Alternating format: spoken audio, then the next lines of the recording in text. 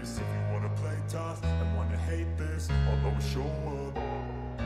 I don't ever slow up, no I don't take shit. I got no love for the fakeness. If you wanna play tough and wanna hate this, I'll always show up and make a statement. I don't ever slow up, no I don't take shit. I got no love for the fakeness. If you wanna play tough and wanna hate this, I'll always show up and make a statement. Everything I do so instinctive and so passionate. Every word I move so descriptive like an adjective. I got a vendetta against people who patented being negative when you should be getting after it.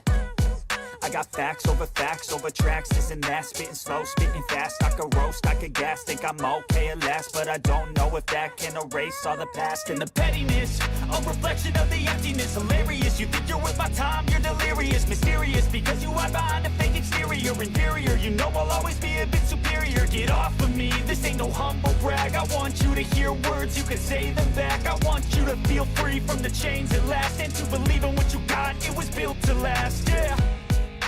Now that I've been put through hell, I never got anyone's help. I had to do it all myself. I don't ever slow up, no I don't take shit. I got no love for the fakeness. If you wanna play tough and wanna hate this, I'll always show up and make a statement. I don't ever slow up, no I don't take shit. I got no love for the fakeness. If you wanna play tough and wanna hate this, I'll always show up and make a statement. Gonna learn the consequence of being incompetent. Mental health is confidence, dreams and some honestness. I'm not here to save the day, that's for you to take away. I could play a million mind games, but instead I say something not illogical, something that is topical. Rub it on and watch it go, make yourself unstoppable. Dreams are irresponsible, but they're always possible. If you just believe, you could be so remarkable. Thoughts in my head, a collage and they spread. I'll be great one day, going off of my meds. No, I'm not giving up, no, I'm not giving in. I will make it to the top, taking off in the wind. I gotta make it, I'm saving every day to taste it. I'm patient, but my mind, it can hardly take it. I'm chasing a dream that I've had for several ages. A vacant, modern kingdom for the taking. Now that I've been put through hell, I never got anyone's help. I had to do it all myself. I don't ever slow up, no I don't take shit. I got no love for the fakeness. If you wanna play tough and wanna hate this.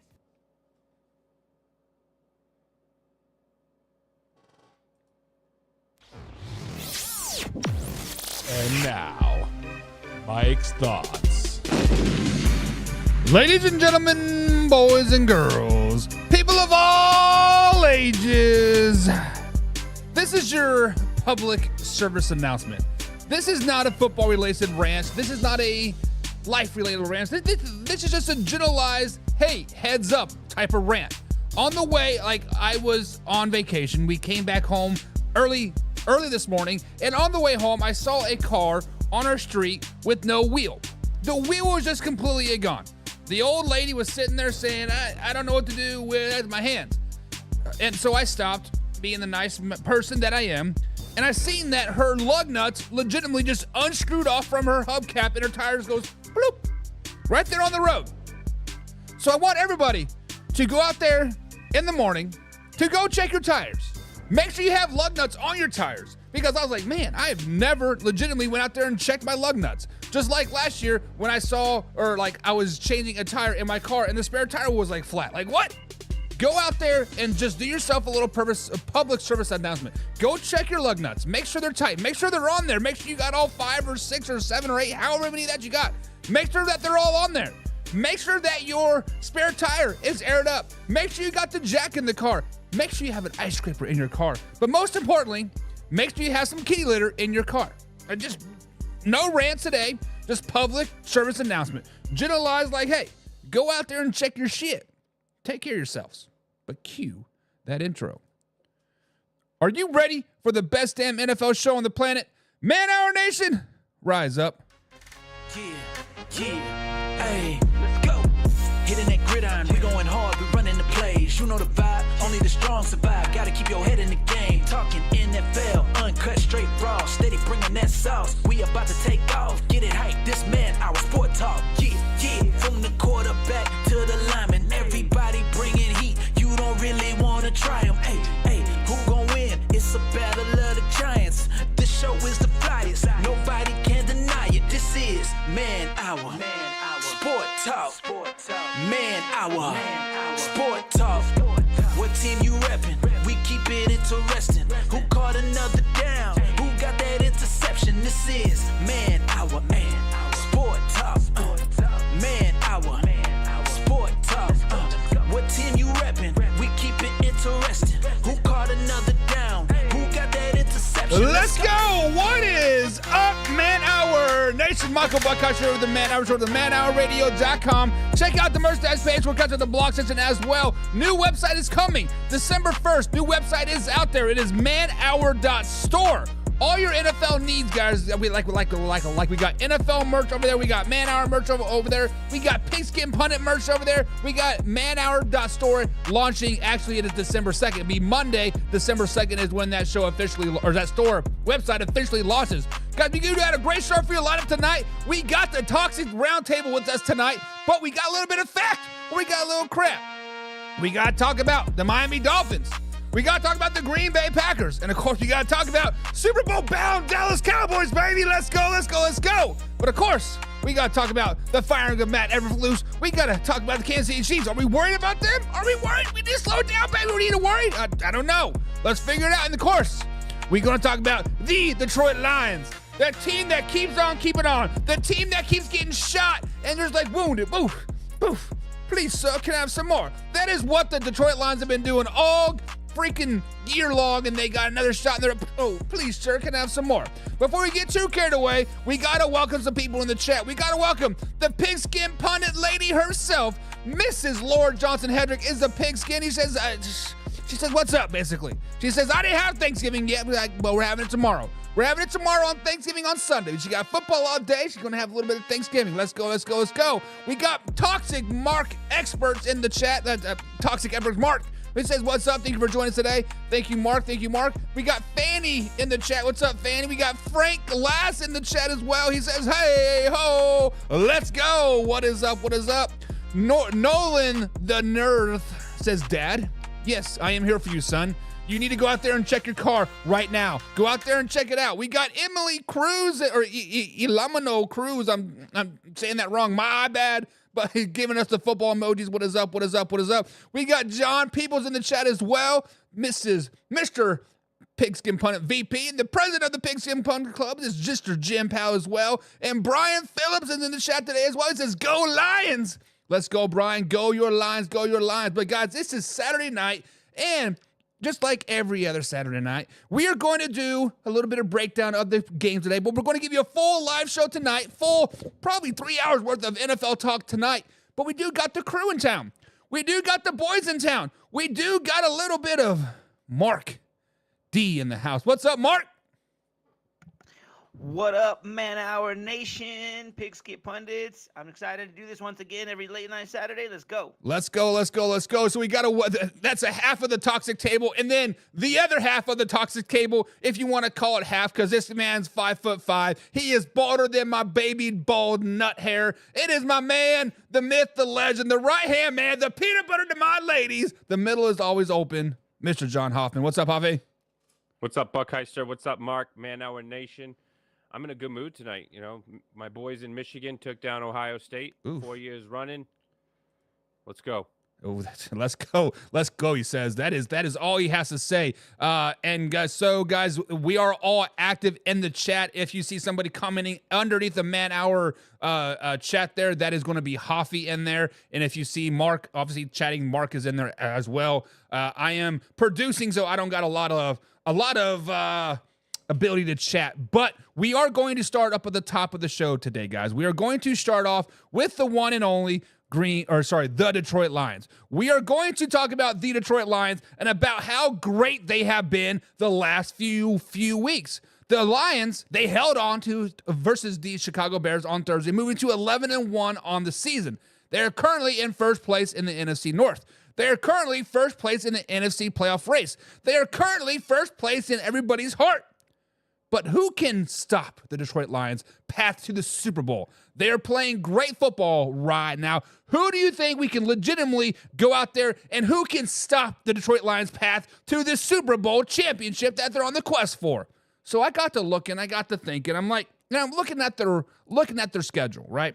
They have a full 7 days off before they play Thursday night again versus the Green Bay Packers. That should be a pretty good game. At Ford Field, the Detroit Lions won 24-14 just a few weeks ago, given the Green Bay Packers one of the 3 losses on the season. And then they play the Buffalo Bills the following week.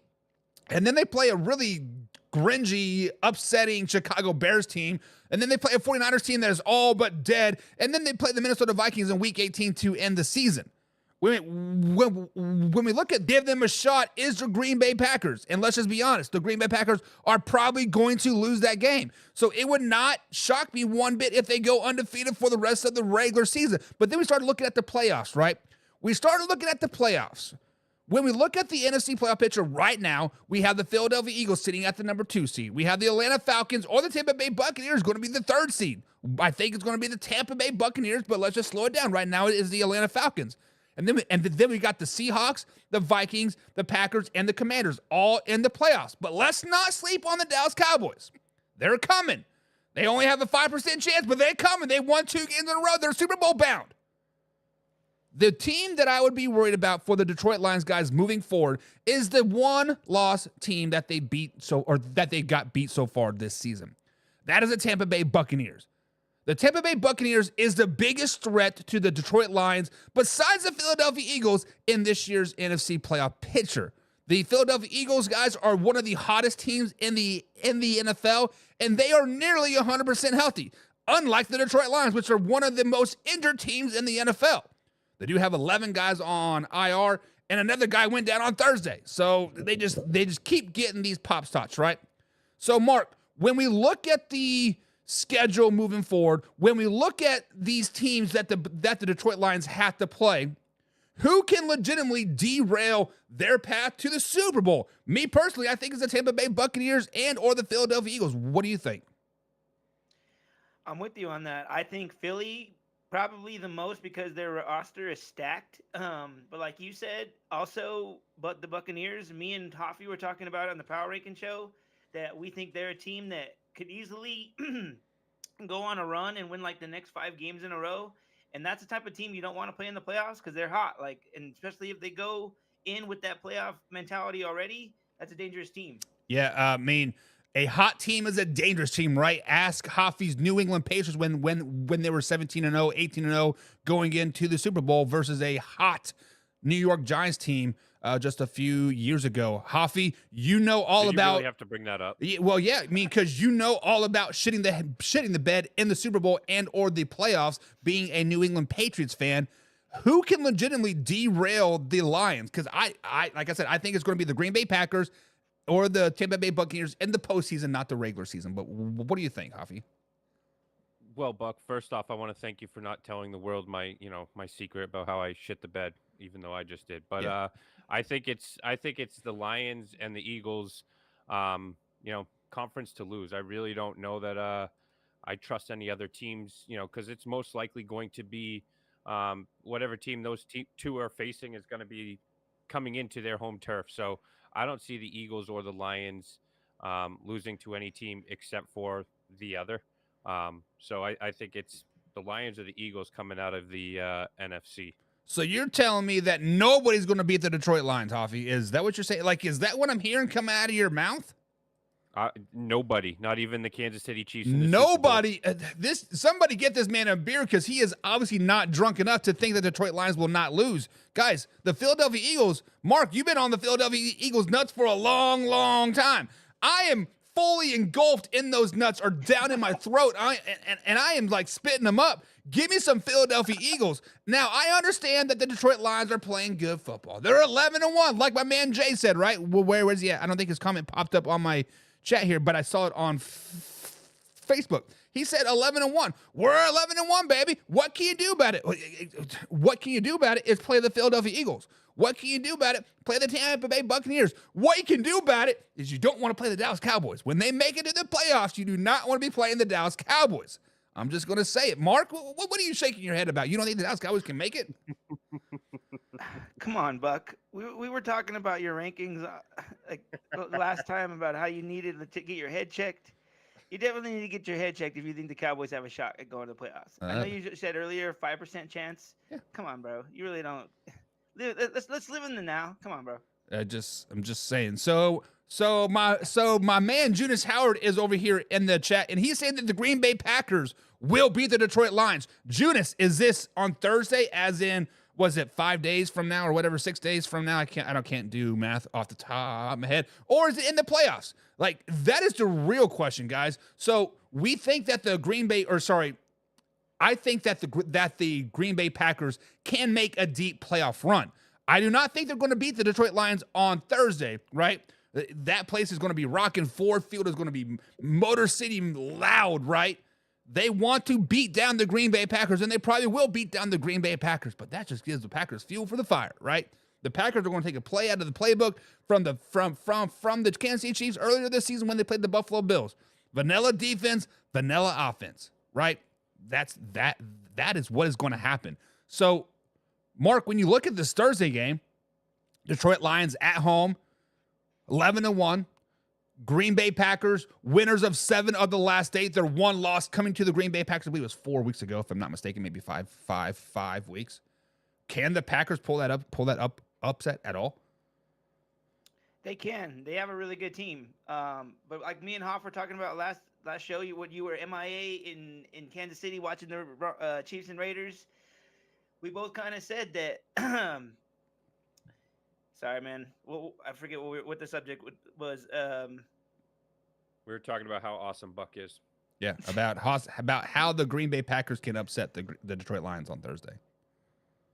Yeah, they have a really good team. But like I was saying on our last show without you, is I think that Jordan Love is going through a sophomore slump, and I think every week he really hasn't played that great the last couple weeks. So I kind of see them maybe falling and not winning this game and going on downfall. I'm not gonna say they're not gonna make the playoffs, but I don't see them. I see them kind of limping into the playoffs. They will make the playoffs, and they'll be one of the most dangerous teams in the playoff. Hoffy knows all about dangerous teams. Like I said, the New York Giants twice, Hoffy, twice. Well, especially when you have to play a team, like if Detroit plays the Green Bay Packers, that's going to be a third game. So just divisional games in itself are tough, but then, having to beat a team for a third time.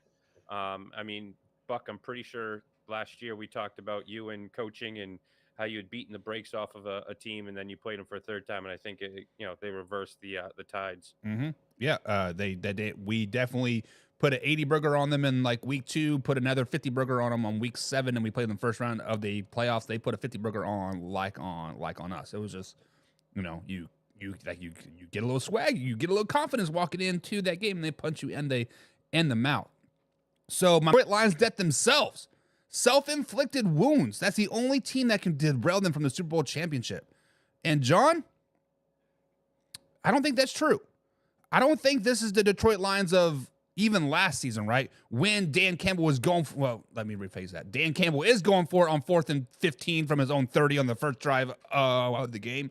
But for some reason, the ball is falling their way this time. And he's going to, he's going to get that swag, going to get that little confidence in him, but the ball's going to probably bounce their way because, the refs are rigging it for the Detroit Lions. So, Mark, can the Detroit Lions overcome self-inflicted wounds to get to the Super Bowl, or is that legitimately the only team that could stop them is themselves? I think most importantly, dude, they got to get over these injuries. I know they've done it week by week, but at some point it's going to catch up to them. When in the playoffs, it could be that could be the worst timing for them. So that's what I would like. I'm on high on the Lions, so I wouldn't want to see that. So it all depends on if they can overcome all these injuries. Yeah, Hoffy, injuries have been the big key. Can the Detroit overcome these self-inflicted wounds, as John is saying? I don't think there's any self-inflicted wounds, but can they overcome them to make it to the Super Bowl? I've been high on the Lions all year, and I hate to stray off the path, but these injuries are kind of piling up. I do think that the trade that they got with the Browns definitely helps them in the pass rush, but they've lost a lot of key players, and this Philadelphia Eagles team is just continuing to build. Saquon Barkley is just, there's no, he's playing at an elite level, and that's an understatement. So, the Eagles, I think, are a team that you definitely got to watch out for. But Other than that, I think, again, they're going to be playing in Detroit. That stadium's going to be rocking. That high-powered offense is going to be able to, play against pretty much anybody. The only team I'm really worried about as a Lions fan would be, the Philadelphia Eagles. All right, guys. So you heard it. You heard it here first. Hoffy is saying Steelers versus Eagles in the Super Bowl. He is deviating from his Bills and Lions. When did I ever say the Steelers? You literally just said it. But guys, that is the question. The Philadelphia Eagles. Who can beat who can beat the Detroit Lions? Who can stop their paths to the Super Bowl? That is the question. That is the question. That is the question. So moving on to our next topic here, we do have the firing of Matt Eberflus. We do have the firing that Matt Eberflus has been gone. We all saw the blunder at the last, 45 seconds of that game. Basically, it was 3rd and 28. They had a timeout on the board. Caleb Williams is trying to hustle his players back. He's checking plays. Matt Eberflus said, we're not going to call a timeout. We don't need it. We're going to carry it over to next week, even though you can't carry it over to next week. Long story short, they ended up losing the game. Later in the interview, it was actually Friday morning, he come out and he spoke to the press saying, I am preparing for the San Francisco 49ers. We're getting ready. I'm self-scouting. Not even an hour after that, bada bing, bada boom, he was fired. He was canned. So when we look at Matt Eberflus, he has been arguably one of the worst coaches that the Chicago Bears have ever had. I forgot to write down the stats, but he has been below 300 winning for the Chicago Bears. He has not won a Sunday game. Is like 0-18 or something. They have been terrible. They have been terrible. So, Mark, you know about terrible coaches. You've had Sean Payton. You've had other Nathaniel Hackett. You've had some bad coaching in Denver. Did the Chicago Bears make the right move in firing Matt Eberflus going in or after week 13? I'm going to say this has been a long time coming, dude. This guy should have never been hired on to take on Caleb Williams. Like, I've said it over and over. I think young rookie quarterbacks need to have an offensive-minded coach. This guy was not that. He was defensive-minded. I don't know why Bears ownership thought that, hey, this guy's still pretty good. Let's keep him on and let's help him develop Caleb. I don't know where that ever came from because that was totally the wrong move. They should have hired Cliff Kingsbury, like I've been saying over and over. The Bears the Bears shit the bed. They should have never had this guy as their coach this year. That's what I'm going to say. Yeah, so I actually did just pull up the stats here. And by the way, Legends, FN, what's up? So this is from ML Football over on the Twitter. And he said, Matt Eberflus is one of the worst coaches in NFL history. Just not for the Chicago Bears, but the NFL history. His record is 14-31. On the road, he is 3-19. He is 0-18 on Sunday road games, so he has never won a road game on Sunday, and his winning percentage ranks 217th out of 229 all time. When he was 5-22 when trailing at halftime, 5-17 in one-score games, 2-14 in NFC North games, and versus winning teams 1-14. Just like Mark said, guys, this was a long time coming. Matt Eberflus should have been fired last season. If the Chicago Bears were serious about rebuilding, retooling, actually pursuing a playoff, an NFC North Championship, and a Super Bowl, they would have fired Matt Eberflus last season. Then they would have brought in a new coach to drafted a new quarterback, right? I saw this other image. It was in our NFC North Trash Talk group. I believe it was 2020, right? Mitchell Trubisky got drafted, or was it 2021? I cannot remember. That same year, Coach Fox got fired, right? The next season, or two seasons later, Justin Fields got drafted. They fired Matt Nagy that same year. This year, they drafted Caleb Williams. This same year, they fired Matt Eberflus. It is I am going to take my words from BC Combs. This is Groundhog Day over and over and over for the Chicago Bears. It is rinse and repeat. They draft a quarterback, they fire the coach. They draft a quarterback, they fire the coach. And then the GM gets his. It is terrible. If you are a Chicago Bears fan or a Chicago sports fan in general, I am sorry for you. Hoffy, Did the Bears make the right choice of firing Matt Eberflus? That is the question. I mean, if it's anything but yes, you're wrong. No, they made the wrong decision. Eberflus should have been fired at halftime of the Patriots game. When you get blown out at home against the New England Patriots of today, that's a serious issue. And I mean, I'd messaged Beastie Combs during that halftime and said I wouldn't allow him out of the locker room. I'd give him a one-way ticket to wherever the hell he lives. But yeah, I think this has been a long time coming. But at the beginning of the season, we beating a dead drum here, but we talk about these rookie quarterbacks and who was most equipped to take over a team and be successful, and it was the Bears. But I mean, I think we all knew that the coach was going to be the one and only thing that got in the way of this team, and that's exactly what he did.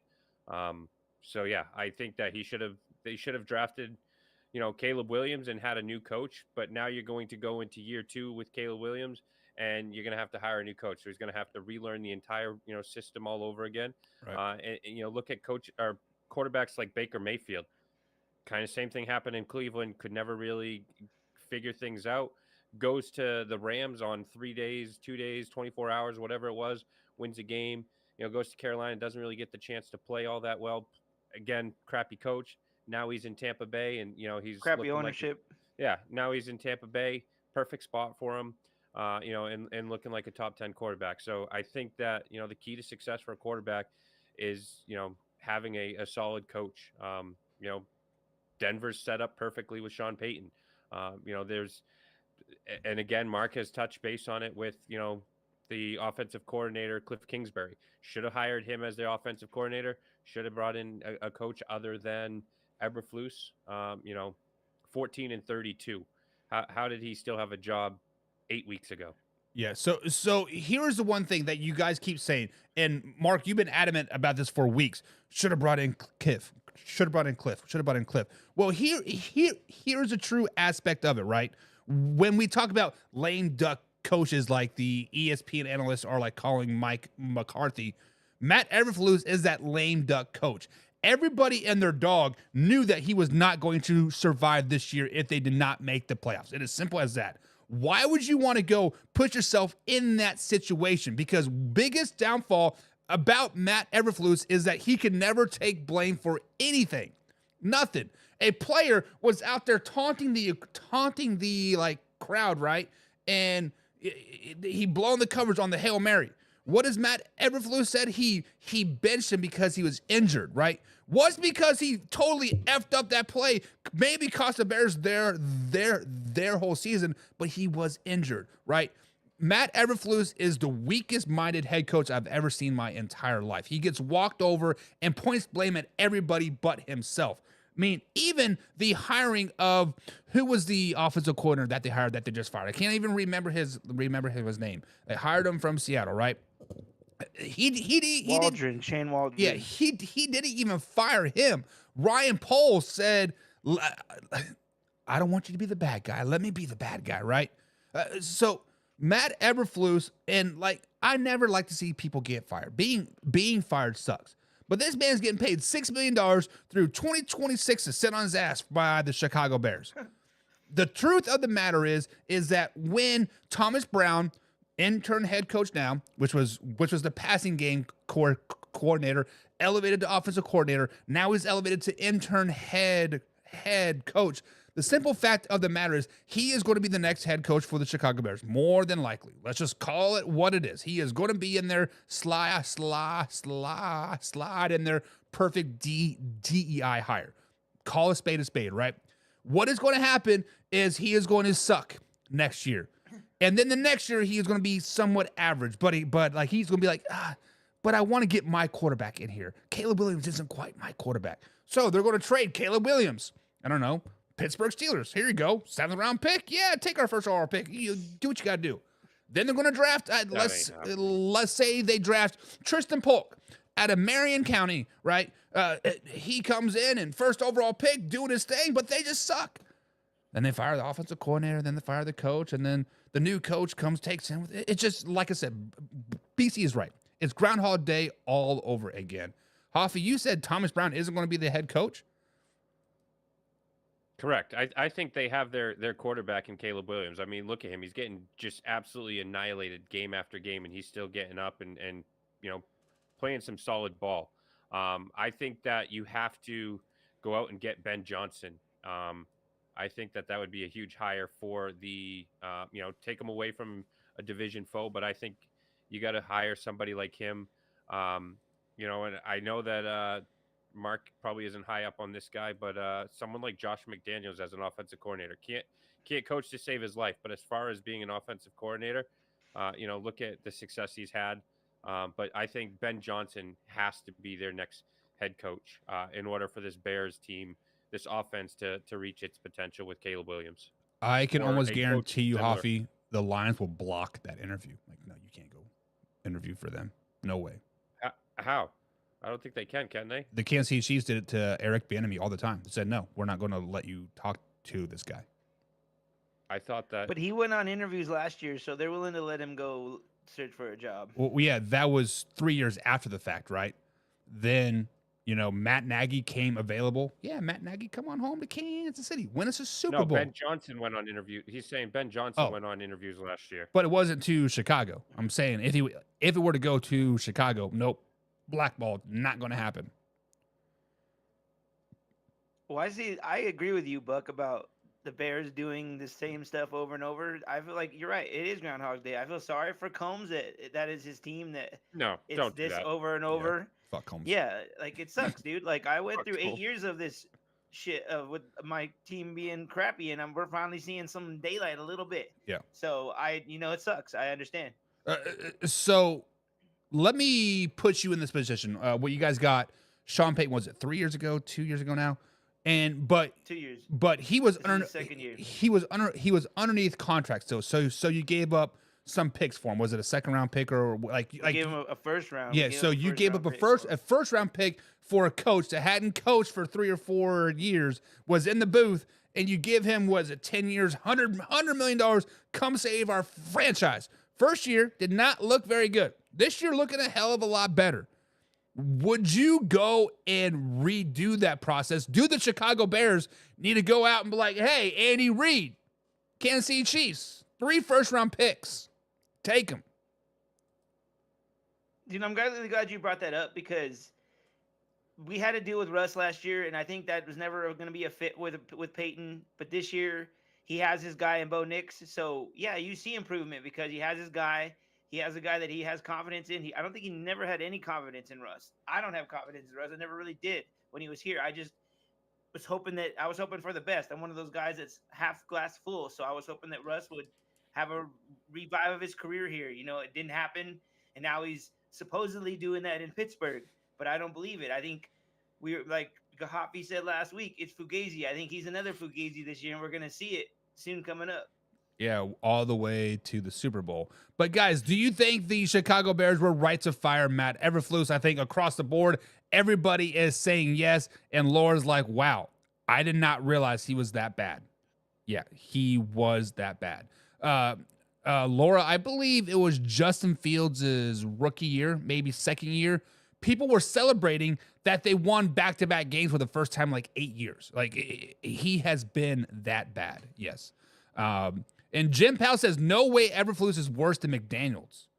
McDaniels never really got a fair shot. He got 6 games in, 7 games in, and the Raiders were like, see ya. And then even in, was it Denver? They fired him after 9 games. See ya. No, he got a year and a half in both places. Yeah, but still, is that really worth a time to really turn an organization around, turn a team around? Hell, Matt Eberflus has been there for 4 years, right? 3 years. He also didn't have a number 1 overall pick and get a quarterback like Caleb Williams or Andrew Luck or remember some of these McDaniels other- drafted fucking Tebow. Come on, man. Yeah, at what? Do Pick not number, dog 20? Tebow. Do not call it Tebow. He led the Broncos to a win over the Patriots, who were dominant at that point in time. So that's saying something. I don't think he's the answer, but you can't say that Eberflus was a better coach than McDaniels. I think McDaniels would have done a lot more with this Bears roster than Eberflus would have or did. So, guys, correct me if I'm wrong, but didn't Eberflus come as the Colts defensive coordinator A Colts team that never really had a top 10 defense, never really had a winning culture the whole time he was there. So I don't understand why the Bears even thought he was a good hire in the first place, right? I thought Combs was going to have a heart attack the day that they freaking announced, like, who the fuck is this guy? I mean, like, nobody knows who he is, but I mean, he grew a beard, grew his hair out. And he changed his hair, dude. This year he changed his hair. He thought that was gonna help him like not get fired. Yeah, it is what it is. My Maybe man they won't Derek, recognize- like my man Derek says, happy holidays. He knew he was done walking off the field. No, he didn't. See, like, Matt Eberflus was that arrogant. And I believe, if I heard this correctly, that the Chicago Bears have never fired a coach during season since World War I. And when they fired their coach, it was because he went to war. So that was the only reason why they fired him. So I'm just they don't normally do that. So it was a little bit of a shock.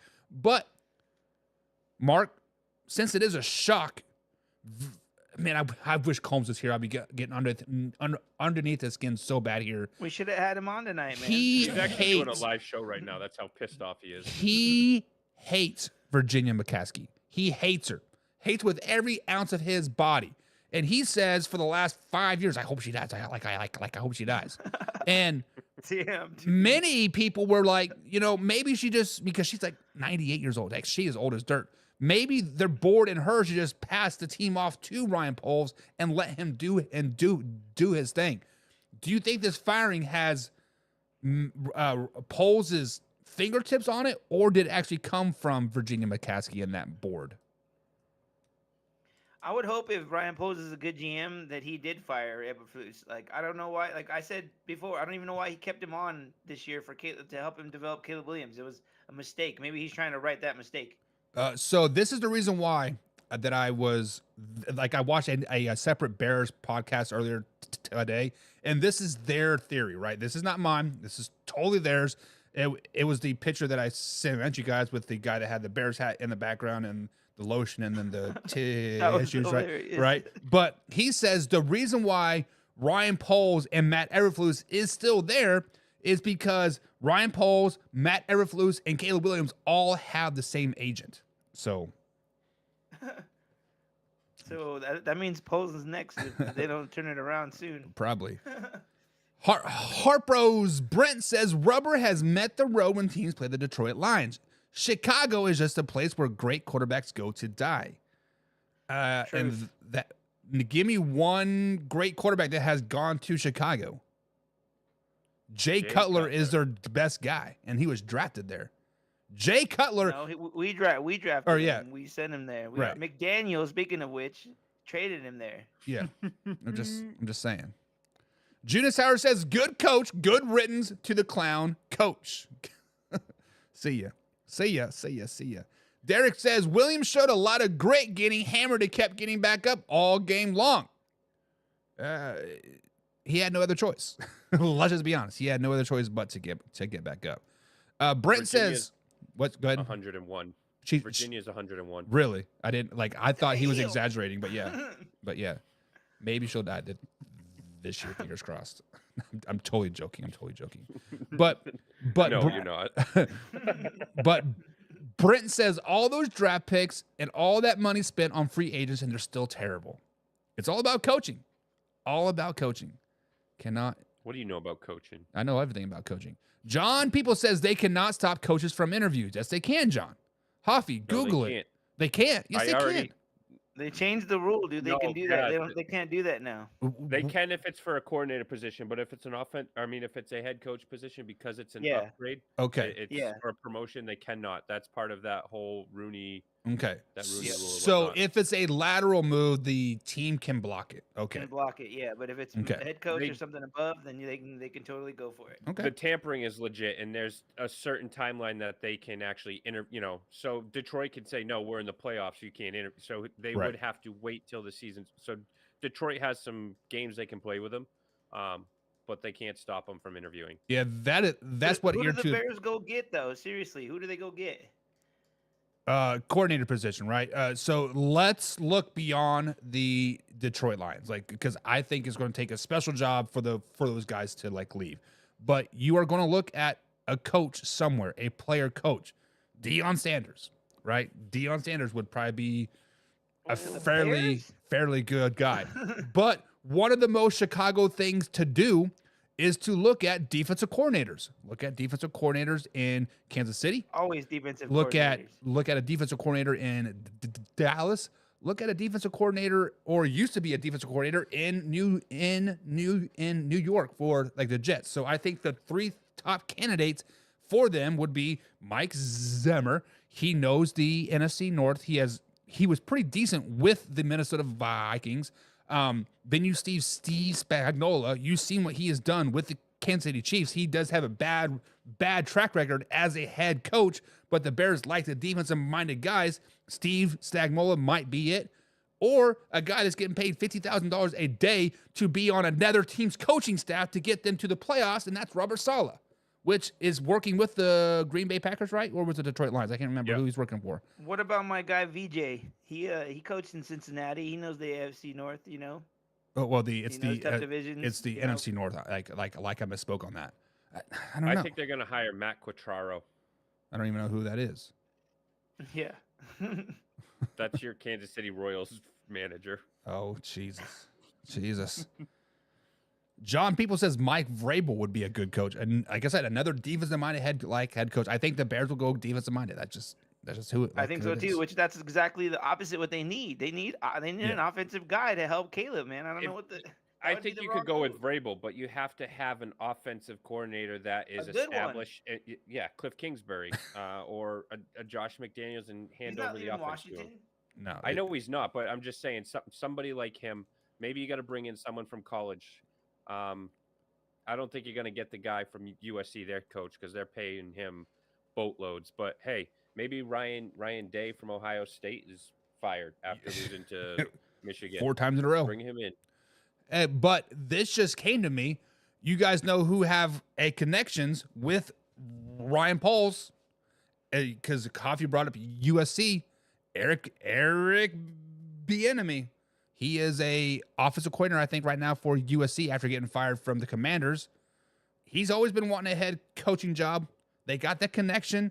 They got that brotherly love from their time in Kansas City. Why not? He's an offensive-minded guy. How about Martindale from the old Ravens defensive coordinator? I can see the Bears hiring him. He's done pretty well for the Michigan defense. I don't know. It's tough. Can Caleb handle Bieniemy? I've always heard that the guy's really tough. So and Caleb Williams is a little soft, if you ask me. Eric Bieniemy would have been there when Caleb Williams was there last year, so they had that history. I thought. I mean, wasn't Bieniemy still in Washington last year? He could have been. Yeah, I'm not for sure. All my days are kind of starting to convolute together. Derek says Nick Saban's not doing much these days. Nick Saban's loving life with Pat McAfee on the College Game Day show. He really is. Yeah, dude. like he is starting to loosen up a little bit. Have a good time there. Dude, I saw him eating barbecue today on their show today. Jesus. Bieniemy's at UCLA, Buck. Oh, UCLA. Okay, my fault. This is his second year there. That I'm still trying to figure out. Yeah, I think it is his second year there. yeah, because he was there with River Ron, and when River Ron got fired, I think he got fired too. Yep. Jim Powell says maybe AP will be available by then. Listen, we'll be talking about like Antonio Pierce. He is probably on the hot seat. Let's just be honest. Yep. John says John People says Nick Saban is retired. If he goes anywhere, it's back to Bama. No. Yeah. Nick's, like, please come back. Nick Saban has flat out said he does not like the NIL crap. That is why he left, is because of the NIL crap. Yep. Like he was doing it illegally for all those years, getting all those guys down there, but now that it's legal, he's like, this is a big boys game. Now he's like, I'm out. Laura says Jimmer was good with the Vikings until his health went downhill and he lost his wife. That's just my opinion, though. Listen, he was pretty good. He wasn't Super Bowl good, but hey, the Chicago Bears are just looking for a 7-win team good. So, I mean, it'll be perfect. And then John wants to throw out John Gruden's name. No, Buck, like you said, they're going to hire Thomas Brown Jr., this guy, this coordinator. They're going to hire him, and then eventually he'll get fired too. They're going to keep the cycle repeating, dude. It's going to happen. Brian Flores. So that would be probably a pretty good guy. But the only thing about that, Mark, was Thomas Brown Jr. was there when they drafted Caleb, right? Like, this is his first year there. So this is Caleb and him's first year together. And they clearly have a hard-on for him, right? You go from one of the worst passing offenses in the NFL. You are the passing game coordinator, and you get elevated to offensive coordinator. That I was like, what? That's freaking weird. And then a week later, now you're the head coach. So obviously, Ryan Poles has some type of hard-on for him. And obviously, the Bears have looked more fluid the last 2 weeks, right? If they don't get a blocked field goal or a blumbered on timeout, we could be talking about them as 6-4 instead of 4-6, honestly. Of course, he's got a hard on for him, though. The Bears have never had a quarterback throw for 5,000 yards. 4,000 yards. So obviously, Caleb Williams doing what he's doing. They're obviously going to, amount some credit towards the passing coordinator. But I don't think that's the answer. And Laura says, do not take Brian Flores. He is mine. True. I think out of all the ones we mentioned, I think he's probably the best one, to be honest. Brian Flores.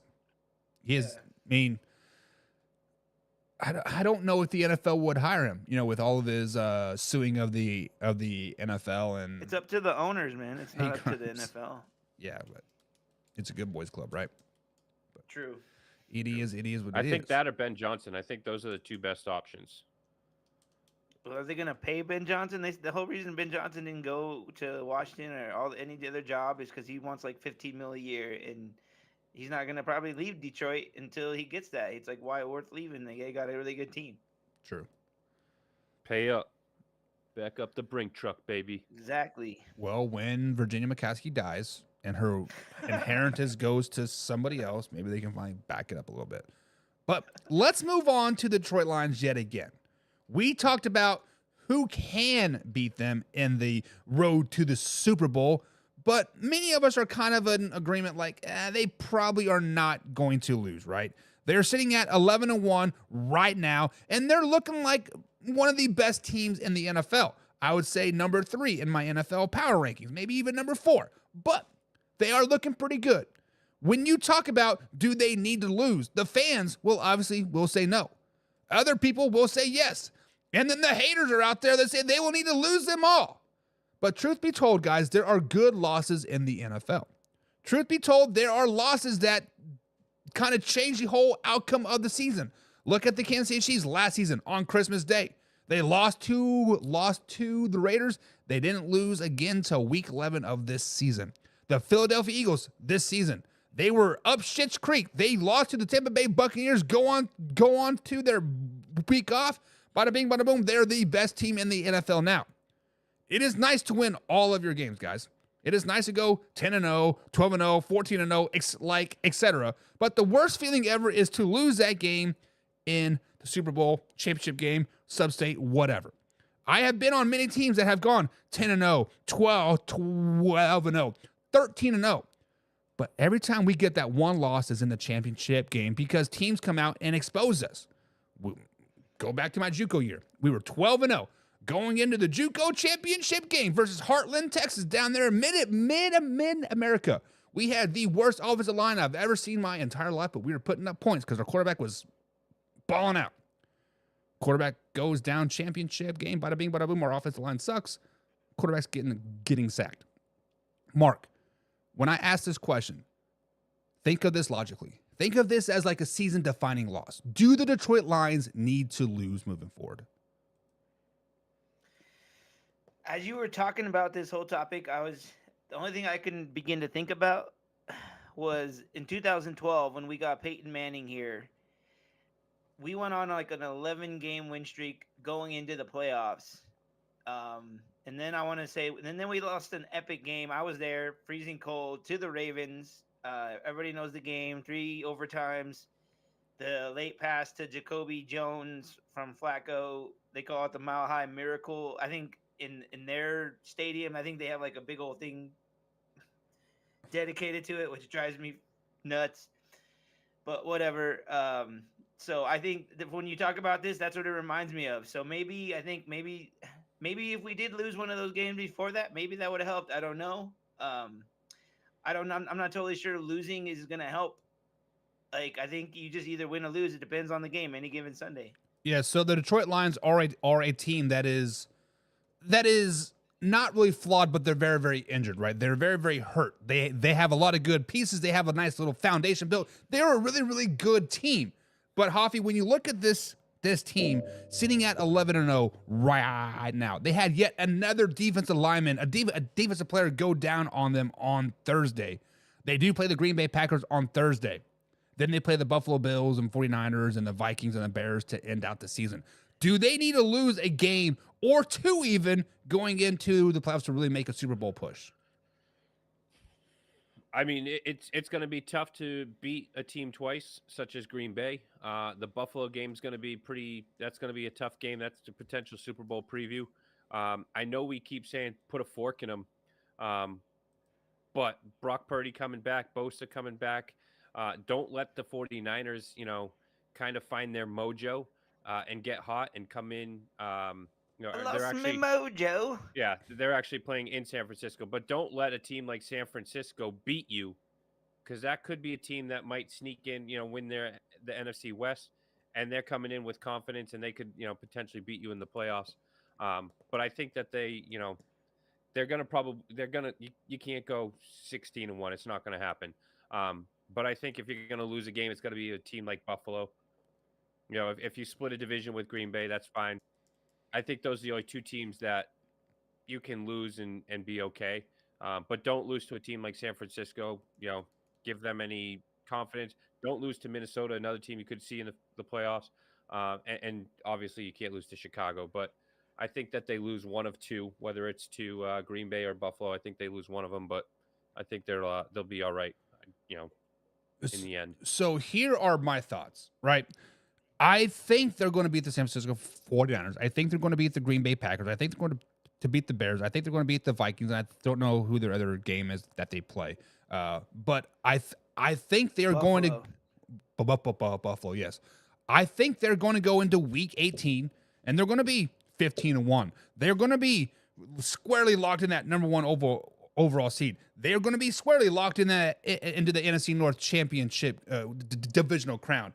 And then they're not going to play their starters Week 18 versus the Minnesota Vikings.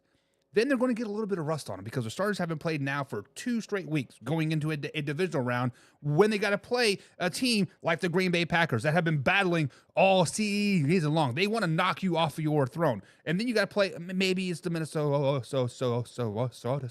Vikings. Hell, maybe it's Kirk Cousins. Or no. Maybe it's Tampa Bay Buccaneers. They had to battle the last 5 weeks, 6 weeks to get there. You haven't played a They've already beat them. Yeah. The Lions haven't played a meaningful game in over a month. They haven't played their starters for a full game for 3 straight games. Now all of a sudden you're like, oh shit, we rusty. And a team you cannot start slow on is the Tampa Bay Buccaneers because they got the defense and they got the offense that can compete with the Detroit Lions. The truth be told is, guys, if the Detroit Lions need to lose either to the Buffalo Bills, like Coffee said, to the Green Bay Packers, or even to the San Francisco 49ers. They need to lose before Week 16, before Week 17, just so they can get that little smack in the face. Like, you know what? Maybe we're not as good as people think we are. Maybe we're not as good as 16-1. Maybe we just need to, wake up a little bit, fix a little bit of this, fix a little bit of that. Because like Mark, in your mile high thing, right, versus the Baltimore Ravens, if you would have lost, you've been like, man, our right side of our offense line just isn't that good. Yes, we've been winning a lot of games. So why fix it, right? Winning cures all. If you would have lost, I don't know, say the Kansas City Chiefs, you get blown up on the right side. We need to address that now. This is not going to happen. It could have changed the whole outcome. It could have pushed you, as Super Bowl champs or, something, right? Losing is never a bad thing, but I think the Detroit Lions need to lose soon, right? They cannot go into Week 18, 15-1. They cannot go into the playoffs, resting their starters for the last 2 weeks. They need to lose. They need some type of competition to kind of reset themselves. Mark, you're kind of nodding your head. What's up? As we talk about this, I think out of all the teams, I kind of think sneakily it could be the 49ers. The 49ers are in a division that's, let's just say, a shit show, and all of the teams are bad, and anybody can still win it. So I feel like that's going to be an important game for them. That's a must win. I feel like every game going forward for them is a must win. So, and I just feel like Shanahan might be able to scheme up some stuff and be able to beat the Lions. You just never know. I feel like they might be that sneaky team. Yeah, and just to compound of what you said, many other Lions fans are looking forward to the San Francisco 49ers game as the revenge game, as of like, hey, they knocked us out last season. Let's go out there and knock their dicks in the dirt. So maybe the Lions get a little too hyped for it, right? And the 49ers are playing for everything, and they smack them in the mouth real early, like, oh, crap, now what's happened? So that would be a good loss. But Hoffy, you said you don't want to lose to the 49ers because that might get their mojo going, right? And then you have to play them potentially in the playoffs. Yeah, as you said, a loss that teaches you a lesson. Look, none better than your Kansas City Chiefs. They got absolutely annihilated in the Super Bowl to the Buccaneers and Tom Brady, and that offensive line was a huge problem from Pat Mahomes. And since then, they've corrected it, and they're going for a three-peat.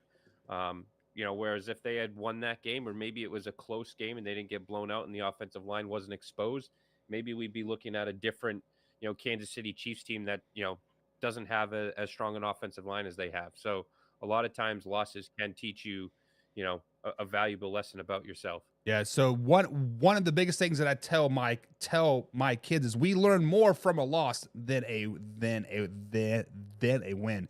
Even though I am a big dick Saturday morning after a like after we throttled a team, I am the biggest asshole Saturday morning film session you have ever seen because I want to knock their egos down. Like, no, you guys suck, right? Get out of here. So, I mean, do we all agree that the Detroit Lions need to lose a game or two before week 17? I don't know if they need to lose one, but I know they might lose one to possibly Buffalo, possibly Green Bay, and possibly the Niners. Winning as many games in a row as they have is tough to do in the NFL, and it just that pressure continues to pile up. Look at the Patriots. Look at the Indianapolis Colts. All those years that with Peyton Manning, they were 12-0, 13-0. Right. Trying and then they would just lay an egg. So yeah, I think it's I don't think you want to go into the playoffs winning. What would it be at that point? Like 15 games in a row. So now you're going to have to win 3 more. You're going to have to win 18 games in a row. Yeah. That's a tough ask. So, and again, I don't think you want to go into week 17 resting your starters and lose that way either. Hopefully, maybe they're still fighting with the Philadelphia Eagles for some sort of home field advantage. But that's another thing that I'm not a fan of is resting the starters, especially if you're going to have a bye. At least, let them play the first quarter, if not the first half, if you want to, get them some rest. But you can't, it's you're paying them all this amount of money. You can't be, benching players, resting them, coming in 2 weeks later all rusty. Right. But on the flip side of the coin, everybody and their dog's getting hurt in Detroit. So you might have to save themselves the last 2 weeks just to get a team on the field come playoff time. But Jim Powell says, good losses mean tweets by college quarterbacks. Thank God for the L. Jeez. And Laura says, yes, a loss is needed. No questions asked. A loss is needed, especially to her Minnesota Vikings come week 18. Whoop that ass, baby. I was just going to say that. I was like, she probably wants it to be the Vikings. Yeah. And truth be told, how big of momentum would that be for the Vikings knocking off the 15-1 to Detroit Lions week 18? I don't care if they benched their starters. I don't care if Jared Goff didn't play. I don't care if Amon-Ra, he didn't play. You still beat the Detroit Lions. Gave them their second loss on the season. What quarterback is it going to be? Is it going to be Daniel Jones or is it going to be Sam Darnold? Like, which one is it? Sam Darnold is injured right now, so it might be Daniel Jones. I mean, you need a good quarterback, so I really hope that they get play out of Daniel Jones if we see what he done in New York. Just saying. Did Mark really just say that Daniel Jones was a good quarterback? No, I'm saying he's not a good quarterback. No, he's saying he's not, but he's wrong. Okay. Look what he did with a healthy Saquon Barkley. And, you have Aaron Jones in Minnesota. Obviously he's not a Saquon Barkley of today, but I think he could give you similar numbers to what Saquon Barkley gave Daniel Jones 2 years ago when he had his solid season. So yeah, I think Daniel Jones with a Justin Jefferson and an Aaron Jones could be a good quarterback, much better than he was for the Giants these past 2 years. So why not? All right, guys, let's move on. We're at hour number 2 here on the Man Hour NFL Talk. We have talked a lot about the Detroit Lions. We talked a lot about the Chicago Bears, but now we need to go back there and talk about the best team in the NFL. We need to talk about the top dog, and that is the Kansas City Chiefs. The Kansas City Chiefs did win last night on Friday night, Black Friday Night Football, with the refs' help, right? But they are still 11. They are still 11-1 on the season. The last 2 weeks they have struggled at best, right? They had to get a last-second field goal to beat the Panthers, and they had to have a last-second turnover to beat the Las Vegas Raiders last night on Black Friday Football. So the question is, guys, are we worried about the Kansas City Chiefs? Are we worried about the dynasty being over? Are we worried about the three-peat being over? Are we worried about them not even making it to the playoffs or out of the first round of the playoffs? So spoiler alert, guys. The Kansas City Chiefs are the first team to lock in their playoff spots. The Kansas City Chiefs are guaranteed to have a shot to three-peat this season. They're locked into the playoffs. Yes, the Kansas City Chiefs have played some of their worst football this last month. These last 2 weeks, right? But let's flash back to last season. Last December, all they had to do was win one game. They didn't win a whole game in the month of December. They were playing some of the worst football I've ever seen. But you know what? They got right. They won it to the Super Bowl. These last 2 weeks, arguably, some of the worst football I've seen all season long by anybody have been from the Kansas City Chiefs. Everybody keeps telling me in my post, the dynasty is over. The dynasty is over. But every year you guys say that, they keep winning. They win more Super Bowls. They do this. They do that. This season, they are struggling. There is no hiding it. They are struggling at offensive tackle, left offensive tackle. The black guy has been benched twice now. I don't know why he keeps getting in there, but they benched him twice. Guys, are we worried about the Kansas City Chiefs moving forward? Are we worried that the, quote, dynasty is over? Are we worried that the three-peat is in jeopardy? Mark, I know you love talking about the Kansas City Chiefs and about how great they are. Tell me to tell the fans to slow it down, baby. I'm going to tell the fans and also you, Buck, you need to simmer down now, okay? Because I'm telling you, the Chiefs didn't really look that good against the Raiders. There was no passing touchdown. Wait, okay, there was one passing touchdown that Mahomes had. He was 28 for 48, which is half of his completions. Like, You're going to make me throw up with these stats. And like I told you during the game, in our group text, that all your wide receivers had a case of the drops, all of them. Like, it was terrible. Like, so you can't really put a lot of that on Mahomes because a lot of those guys should have had a lot of those balls. But I think their defense has been less than. Their offense has been less than. They are not going to three-peat, Buck. I'm sorry. This is not going to happen. It's going to be the Bills or the Ravens. It's not going to be the Chiefs this year. There's a reason why there has never been a three-peat, and there's a reason why no team that's went back-to-back has even appeared in the Super Bowl. I mean, yes, winning football games is hard in the NFL, Mark. Winning 2 games in the NFL is hard. Winning a Super Bowl is even harder. Winning 2 Super Bowls back-to-back is even harder. Hoffy, the Patriots could never do it. The Kansas City Chiefs are on pace now. They can actually. No, Patriots did it. Not three-peat. No. 3. If you're talking the 3 in a row, no. Yeah. But no, not 3 in a row. I'm talking about back-to-back. Hoffy, should the Kansas City Chiefs fans be worried? As long as you have Patrick Mahomes, there is reason not to worry. But yes, I do believe that there is some skepticism here that would have some Chiefs fans worried. Buffalo Bills, they played the Chiefs pretty well. They were able to take Kelsey out. They limited Mahomes. I think the Ravens are another team that could give them trouble. I know that we talk about Lamar Jackson's struggles in the playoffs, but he's got Derrick Henry now. Yeah, they have Henry, and the Chiefs haven't been as vulnerable as they are now. So yes, they're vulnerable, but as long as you have Patrick Mahomes and it's a one-possession game, I'm not I'll take those chances all day. But you really need to step on the throat of the Kansas City Chiefs if and when you get that opportunity. That is the only way that you are going to take them out. Yeah, and even then, they still have a fighting chance, right? They have a shank in the back of their pocket. They have the shank in the referee's pocket. They have their shanks. They're going to get out of it, right? But Kansas City Chiefs fans in general, people that keep telling me that the dynasty is over, right? Hoffy, how many Super Bowls did the New England Patriots win with Tom Brady? Was it 7? 6, 7? 6. 6, right? Like basically Tom Brady went to 12 Super Bowls and won 6, right? He was 1 for 1, right? Well, I think that's what it was. Or no. Was he 6 for? I can't remember.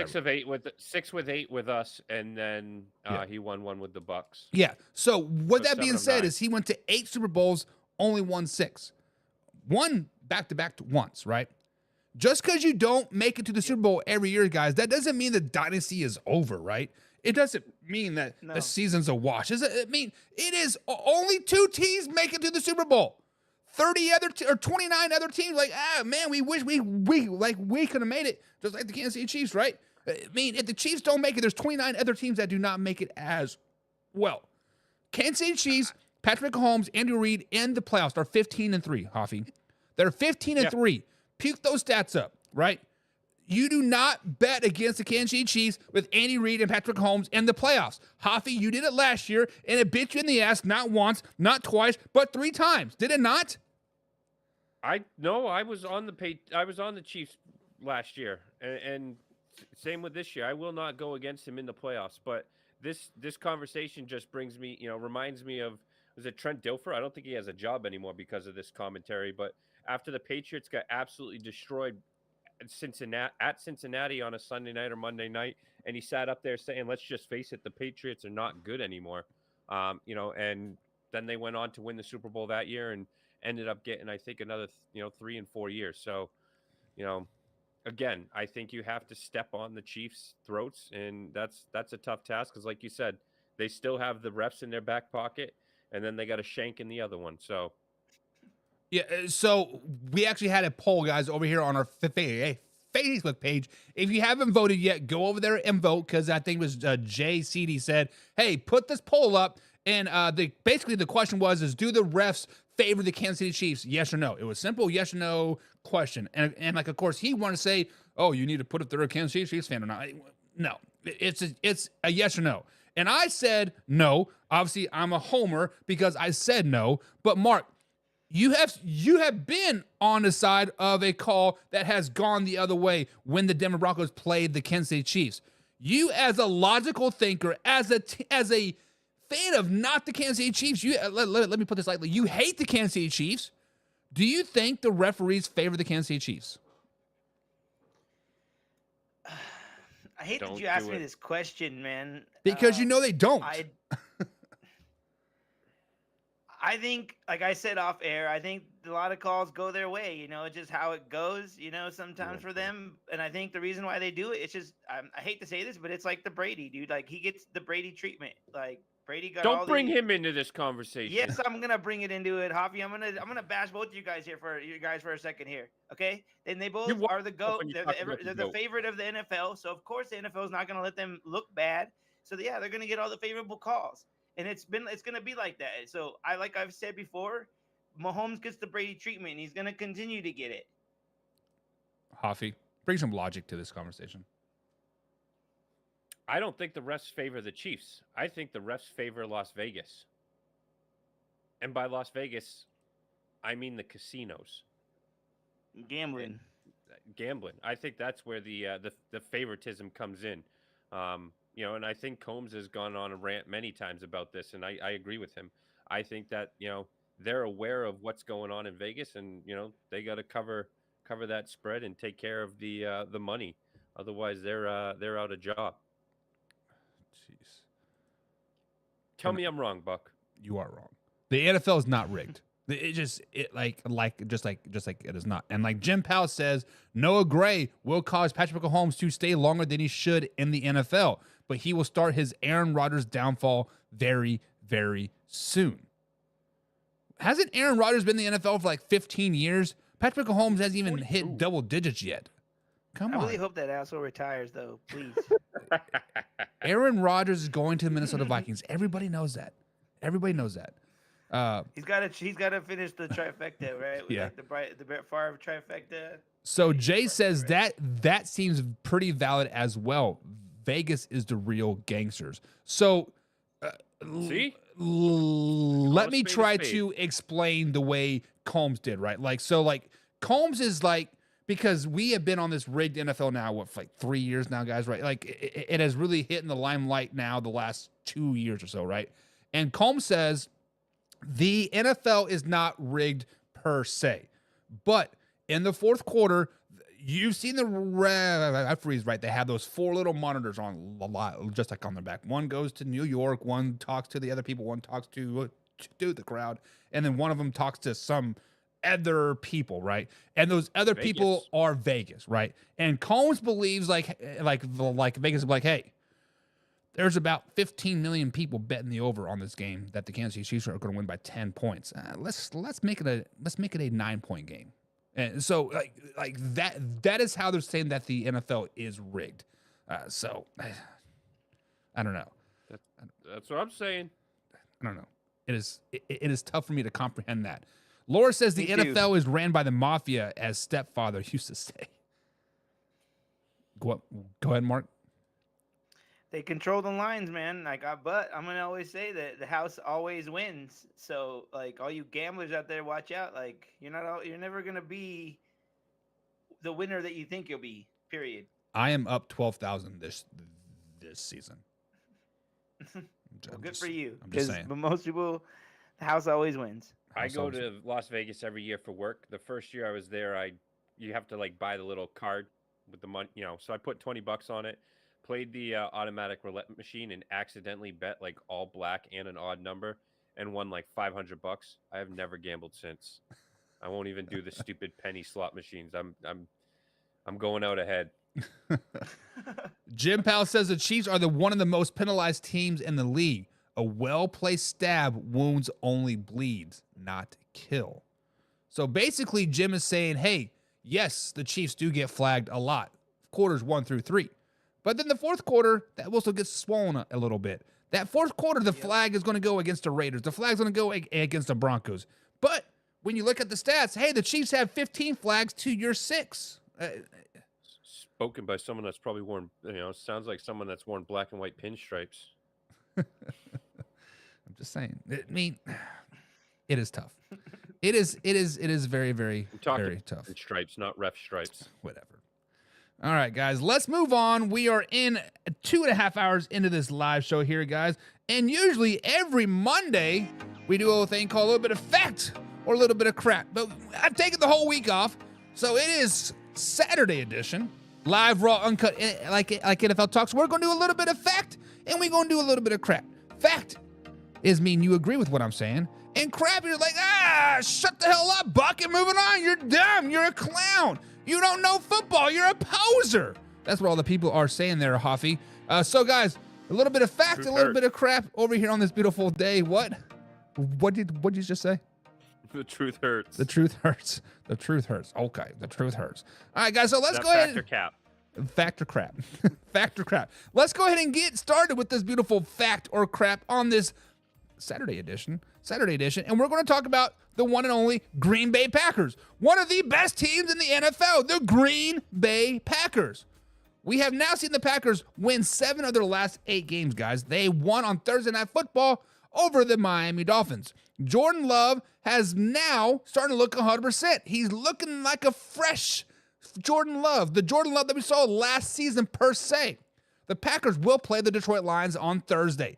So, guys, is it fact or is it crap that the Green Bay Packers must beat the Detroit Lions on Thursday? Like I said, the Green Bay Packers have won 7 of their last 8 games. Their one loss is coming to Detroit when they've lost to them 24-14. The biggest takeaway from this game is that Jordan Love was not 100%. And it was very, very apparent because he made some very ill-will throws and he couldn't scramble. He couldn't get out of the pocket. He couldn't get away from the Detroit Lions pass rush, causing him to throw, I think it was at least 1 pick 6, and if not 2 or 3 interceptions. The Green Bay Packers are sitting at 9-3 on this season. Right now, the Green Bay Packers have a 96% chance, guys, to make the playoffs, and they're sitting in the 6th seed as of right now. They cannot get higher than the 5th seed. I'm just calling what it is. They are not going to win the NFC North. So, guys, is it fact or is it crap that the Green Bay Packers must beat the Detroit Lions on Thursday? And I think this is 100% crap. I think this is 100% crap, as it would be nice to beat a division rival, to knock off the mighty Detroit Lions, to knock off the Lions off of Pride Rock, to kill Mufasa. It would be nice to get another NFC North win. But the truth is, they're not winning the division. The truth is, it is a 2-horse race. The truth is, the Minnesota Vikings or the Detroit Lions are going to win the division, not the Green Bay Packers. The Lions have some variable, winnable games in front of them, right? Versus the 49ers, versus the Bears, versus the Vikings. Even if they drop 2 of those 3, the Lions will still own the tiebreaker over the Green Bay Packers. What the Green Bay Packers need to do, Mark, is they need to work on getting better. They need to learn from this game and get focused on the playoffs. They will be playing either the Seattle Seahawks or the Falcons or Bucks. They'll both be tough games. So, Mark, let me ask you this. Fact or crap, do the Green Bay Packers need to win on Thursday versus the Detroit Lions? I hate ever agreeing with you, Buck, but I'm going to tell you, I'm going to agree with you. I think it's crap. I think, like, if you look at the standings in the NFC, dude, the NFC is shit this year. Like, what team is closest? Like, is anyone going to come close to their seeding? Like, the closest team that comes to them is the Vikings in their own division, and besides that, like the Commanders, like I don't think they have a threat to worry about. So it's not a must win. It is not a must win. Hoffy, we looking at the Green Bay Packers. Is this a must win versus the Detroit Lions? Is it a fact or is it crap? I think it's a fact. I think they need the confidence to say that, hey, we beat the Lions, because you might very well have to go through Detroit to, go on a deep playoff run. And you want to keep pace with the Vikings for, that number 2 spot in your division, because, that playoff spot, whether they are, the number 6 seed or the number 5 seed, the number 6 seed, you're going to be playing against the number 3 seed. I would much rather play, against the number 4 seed, and that could potentially be, a team in the NFC or the NFC West, because we've seen those teams have really struggled this year. Or it could even be a team, out of the South in let's say the Tampa Bay Buccaneers. So I would much rather be the 5 seed, than the 6 seed, and that way you can avoid having to play a team like Detroit or Philadelphia, possibly even in that second round. All right, guys. So the question is, fact or crap? Do the Detroit Lions have to beat the Detroit Lions on Thursday? Sorry about this. It's on Sunday. So let's see what the people are saying in the chat. Jay, I just saw your comment about the Kansas City Chiefs, and he says the Chiefs are playing down to their competition and won't fly in the playoffs. Exactly right. Jay, I think you are perfectly right on that. But Laura says Green Bay is shit. They're shit. Always shit. Damn, Laura, slow it down, baby. Hey, someone who agrees with me. All right. Like I said, sophomore slump, man. It might happen. Jay says the Packers about to take that L. Bank on that. Banged up and beat up, they lose at Ford Field. And I think you're right, Jay. I think despite the Lions being 13, 15 guys on like IR, despite just playing, I guess they'll have a full week off, but the Lions are want to smack down the Packers, guys. Let's just be honest, right? I think the Lions probably beat them more than, was it a 15 or 14-point game, 24-14, I think it was, a 10-point game. I think it's going to be more like a 20-point game. It's going to be rowdy. It's going to be loud. Jim says fact, guys. Fact, if they want to make a legitimate run. Because Jim also said a Pack are like the unknown wrestler. To beat the man, woo! You got to beat the man. Ric Flair. Hoffy? Jim agrees with me. Hoffy, you said fact. So you think the Packers have to beat the Lions to make a deep playoff run as well? I think that it's important to beat them so that you are not going to be the number 6 seed. I don't think they'll fall back to the 7 seed, but if you can be the 5 seed and you can go against the 4 seed and you can beat a 4 seed, whether that's the South or the West, and then you have a team like the Vikings in the 6th seed beat, a wild card team, then you have, because I honestly think that the Eagles are going to overtake, with the Lions injuries and stuff, I think the Eagles are going to overtake that. So if you can win your first matchup and the Vikings win a wild card matchup, as the wild card team or whatnot, now you have the Vikings going to Philadelphia as the 1 seed, and you go to play, Detroit is the 2 seed. You're indoors, and not that it matters for the Packers playing outdoors. What was it, 25 degrees the other night when they played? But I just think that playing a team in your division for a third time gives you a better opportunity to win that game than going against a team like the Eagles, that I think are going to be a tough out. So I would bank on, hoping to have the higher wild card spot than the Vikings, so that you can kind of hopefully control your destiny a little bit more. So, Hoffy, let me take your logic here, right? Let's say the Green Bay Packers do beat the Detroit Lions somehow, some way on Thursday. They are now split. The hardest thing to do in NFL, football, college, etc., is beat the same team 3 times. Now the Detroit Lions don't have to beat them 3 times. They only got to beat them twice. Beating the team twice is a hell of a lot easier than beating them three times. So I think if the Packers beat the Lions on Thursday, that gives the Lions the upper advantage during the playoffs. Mark, is my head in the right position here, or am I totally thinking outside of left field here? I don't know why you think that the Lions need to lose so bad. You're right about, like, they need that maybe off their chest. Like, they need some more diversity, but maybe that's not what they need. Maybe they're better when they're just rolling. I don't know. You're so about that.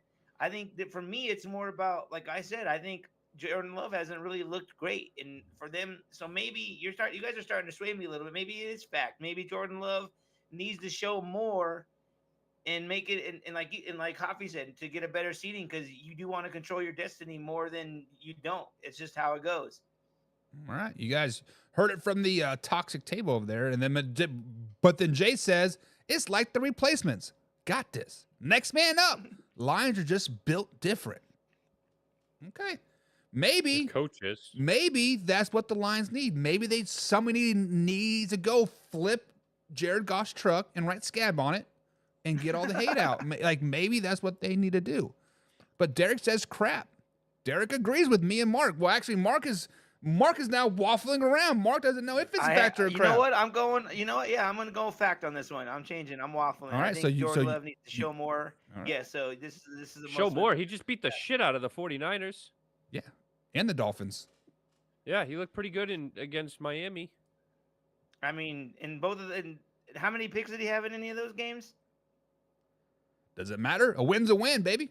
He looked good. I'm just saying he throws a lot of picks, man. At some point, that's going to catch up to him. So does Josh Allen. But hey, it is what it is. MVP Josh Allen. MVP Josh Allen.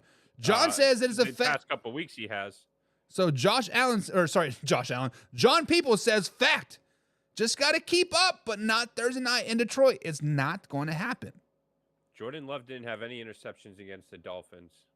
There you go. All right. Because he's playing good. So, guys, the question is fact or crap. Do the Green Bay Packers need to beat the Detroit Lions on Thursday? I think it is crap. Everybody else think it is fact. And he didn't have any interceptions against the 49ers either. There you go. 2 touchdowns in each of those games. Playing good. Playing good since he's 100%. Moving on. Speaking of a team that played on Thursday night, the Miami Dolphins. They are... Playoff hopes are kind of right now. They're right. Mark and I talked about this on Friday, saying that the Miami Dolphins they were definitely pretenders, not going to make the playoffs, but they still have a fighting chance to make the playoffs. They still have a 12% chance to make the playoffs. The Dolphins, when they lost to the Green Bay Packers on Thursday Night Football, dropped from 8th to the 9th seed in the AFC playoff race. They do have a 12% chance of making the playoffs. So guys, is it fact or is it crap? Do the Miami Dolphins make the playoffs? And I didn't want to talk about this, but this is talk about, right? This is going to be a great story when the Miami Dolphins make the playoffs, because right now the Miami Dolphins won 3 in a row before dropping Thursday night to the Green Bay Packers. They have some very, very winnable games left on their schedule. They play the Jets. They play the Texans, a very, very struggling Texans team. the San Francisco 49ers, the Cleveland Browns, the terrible Cleveland Browns, and then the New York Jets yet again. They are sitting at 5-7 on this season, and they will need to win the next 4 of the next 5 to really truly have a chance. And 5 almost gets them a lock into the playoffs. So the real question here is not if they're going to make the playoffs, is that they're going to win the next 5. And if they win the next 5, they do have a 94% chance of making the playoffs. They can only lose one game and still have a legit shot to make the playoffs, and that only loss can only come to the San Francisco 49ers, because that still gives them still a 45% chance to make the playoffs. If it's to any other team, that drops them down to 4%. So guys, fact or crap, do the Miami Dolphins, do the Miami Dolphins make the playoffs? As much as a story it would be, Mark, Hoffy, people out there listening in the man hour and land, it would be a great story if the Miami Dolphins made it. Tua comes back from throwing up gang signs, being all swagger, and come back and balling, but it is 100% crap. It is 100% crap. I'm not going to deviate from what I said on Friday, because I didn't think they were contenders then, and I certainly do not think that they're contenders now. Guys, this is 100% crap. It is a race to 10 wins for the wildcard teams. The 3 wildcard teams are the Baltimore Ravens, the Denver Broncos, and the LA Chargers. Ravens are sitting at 8 wins. The Broncos are sitting at 7 wins, and the Chargers are sitting at 7 wins. The AFC playoffs will all be locked up in about 4 weeks. Before Christmas, the AFC playoff picture will be set. It is what it is. So, Mark, fact or crap, do the Miami Dolphins make the playoffs? All right, I'm definitely with you on this one, and I'm definitely, like we said on Friday, they are pretenders. Like I told you on that episode, that they do have to travel to cold weather again, and Tua is notoriously bad in cold weather. I don't think he's won a game that's below 40 degrees or something like that. So, that's not going to be good for them. So I don't see them going on this 5-game run like you said. Like, I don't see it happening. And like you said, they're a threat to my Broncos, and I don't see them overcoming us, bro. I don't. Yeah, it is the race to 10 wins, I think, and I think the Broncos get there before the Miami Dolphins do. Hoffy, you are a Miami Dolphins fan. You are a Tua fan. You are hype on that bandwagon. Fact or crap, do they make the playoffs? I hate to agree with you guys, but I don't think that they can make the playoffs. I think it's a crap. They do play. They host the New York Jets. And Aaron Rodgers. That's in a division game. I think they're going to lose that one. Then they play at Houston. I think Houston is a better team. I think they lose that one. San Francisco, I think, is going to find a little bit of their groove here in these coming weeks. They're still in. Still have the opportunity to win the NFC West. And then they got to go to Cleveland. Cleveland is not a good football team. However, Cleveland, we saw them on prime time a couple weeks ago beat the Steelers, and it's going to be at Cleveland. So it's going to be cold. It's going to be windy. What is their average temperature? I think we saw it from the game the other night. 50 degrees is like their average temperature. Their home game are like average at 70 degrees. So it's going to be cold as balls there. And then the following week, they got to go to New York MetLife Stadium. Same thing. So, even if they're able to beat the Jets this week, they at the end of this 5-game, schedule, they have 2 games in the cold. So I think they're going to need more than 3 wins to make the playoffs, and I don't think that that's possible. So I did just look it up, and they can get 3 wins and make the playoffs if the Ravens lose out, if the Broncos lose out, if the Chargers lose out. Spoiler alert, Broncos and Chargers play one more game, so that it's literally impossible for that to happen. So just to put that out there. But guys, fact or crap, do the Miami Dolphins make the playoffs? My man Derek wants to ask a question. Who do the Commanders have left on their schedule? Derek, I did just look that up. They play the Cowboys, the Dallas Cowboys, the Atlanta Falcons, Eagles, Saints, and Titans. So they could definitely lose 5 or 6 games in a row. So the Commanders might miss the playoffs, guys. I'm just putting it out there. But my man Kevin Cummings, well, actually, that might be a factor crap for Monday. My man Kevin Cummings says, you mean throw picks like Mahomes, right? He's leading the league in interceptions. Mahomes is playing very, very bad this year, Kevin. There's no denying that. If I were to do a top 10 quarterback list right now, Mark, guess what? Patrick Mahomes would not be up there. Bo Nix would probably be up there. I'm just saying. Patrick Number one, Mahomes. baby. What's that? Bo Nix would be number 1. Oh, yeah. Bo Nix, Mahomes 2.0. Don't you put that on me. Laura says the Dolphins were frozen fish on Green Bay on Thursday. Listen, I understand like you practice in warm weather, right? It's always sunny in Philadelphia or Miami. I'm sorry, but they have a dome that they practice in. Like, why don't they bring in like some snow blowers or something and make it cold? Like, like I believe somebody said they needed like some type of cold weather training. Derek says they need some cold weather training. Yeah, snow blowers. I have that one. That doesn't help Tua. He's played in Alabama, and then he's played in Hawaii, and then now he's playing in Miami. The guy has played in warm weather his whole freaking life, dude. He does not know how to play in cold weather. Yeah. And then he shows up wearing short sleeves like he's proven something. So let me tell you this, Hoffy. Lambeau Field is heated now, right? So therefore, when you're like 5'5", you stay nice and warm.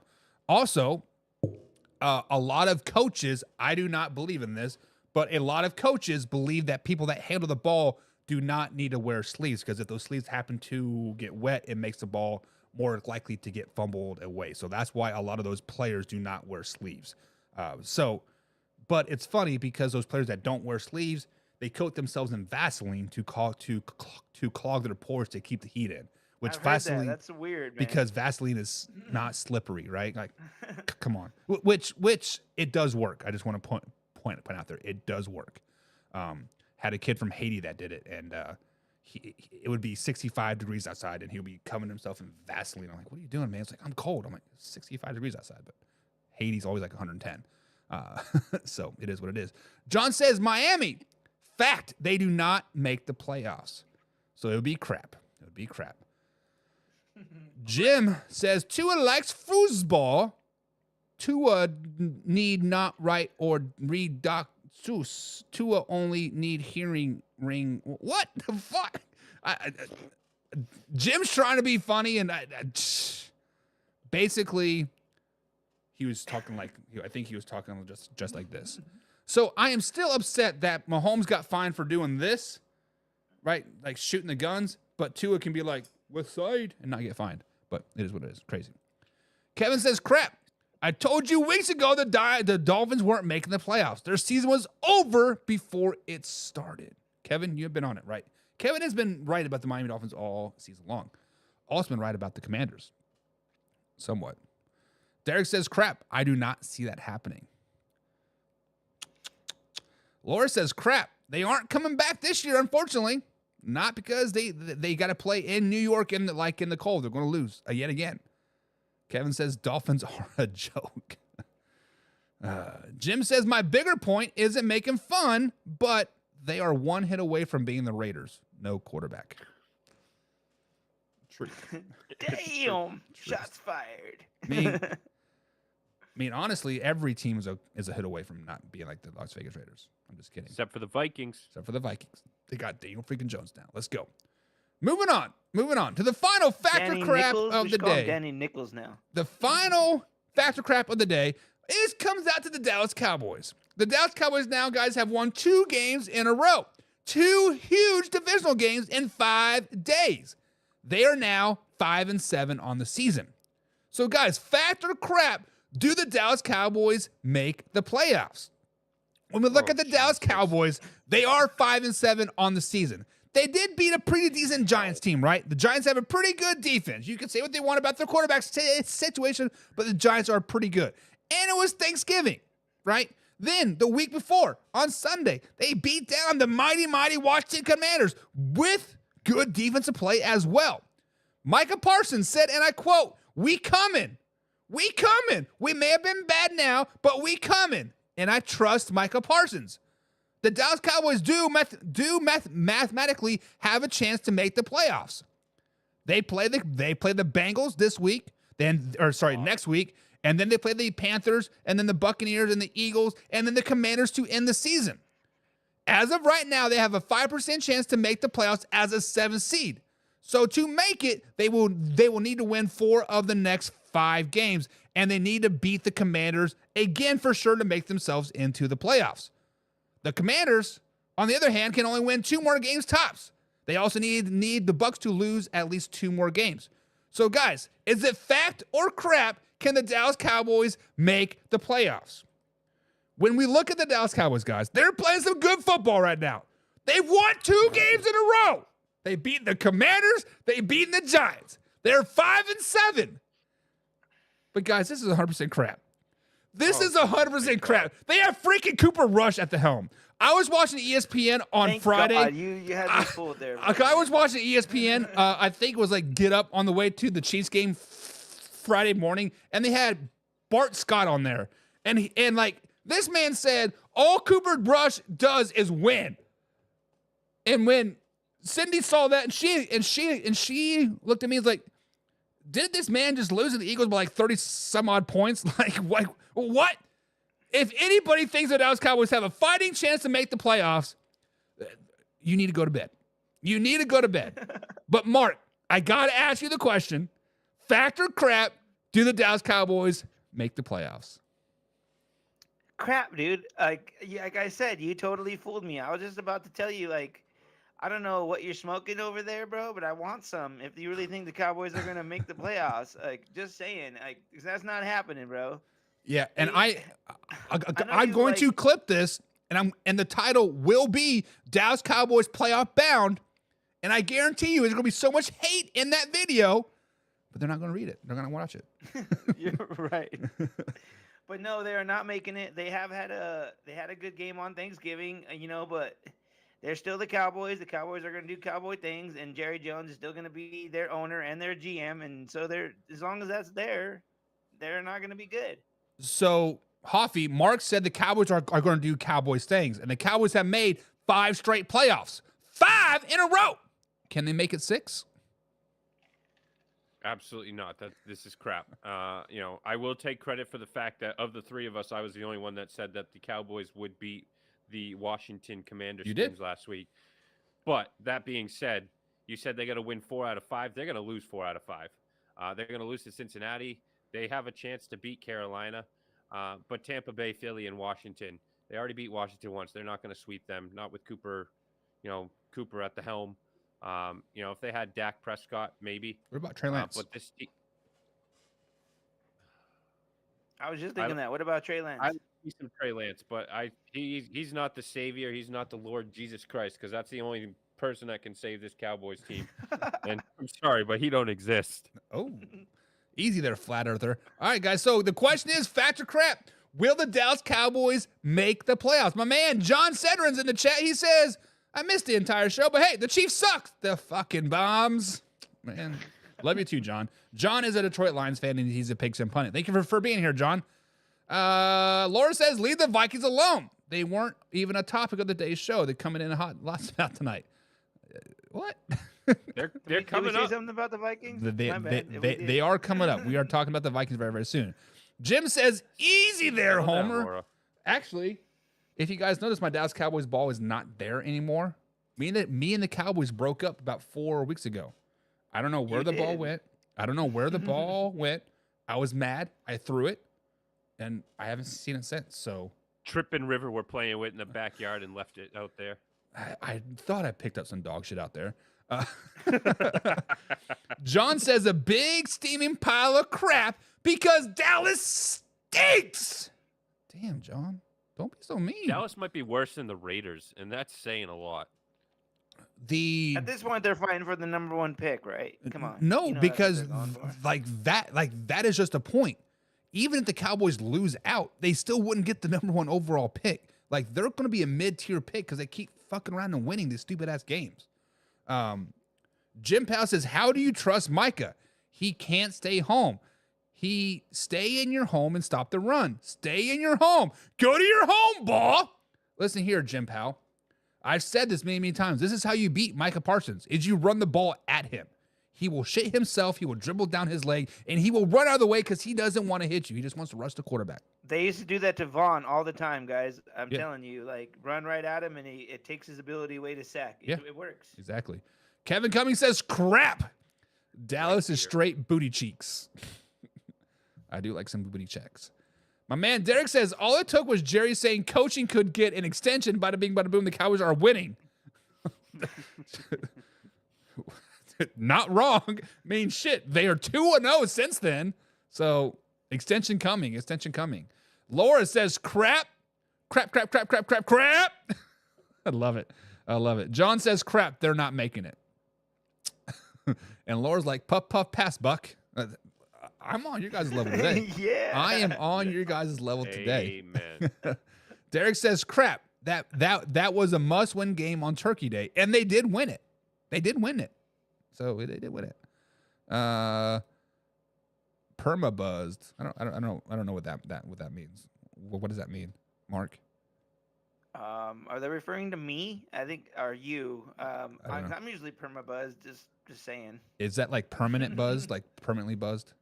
Yes. Okay. You guys got to help me like with this with like Buck the is slang. permanently buzzed with CTE. Listen, I'm still trying to learn what like Riz in Ohio means. Like I don't even know what that crap means. It's so dumb. And that's mid, man. That's mid, Buck. That's mid. Buck, Derek, I'm gonna send you. There's a TikTok person that my wife follows, and that's how she keeps me up to date. You know, being that I coach high school, so I'll send you the Instagram person who keeps all us old men up to Gotcha. up to date on this stuff. I do love some good feet. Derek says that would be embarrassing. They would get smoked by pretty much everyone but Arizona. And see, Derek, this is where you're wrong. Confidence is killer in the NFL. If the Dallas Cowboys were left for dead, right? Let's just be honest. Since that Pittsburgh Steelers game, they were left for dead. Everybody's like, oh, first overall pick, whatever, yada yada yada. They're 5-7. If they can turn it around and be 10-7 and be a playoff team, confidence is going to be sky high.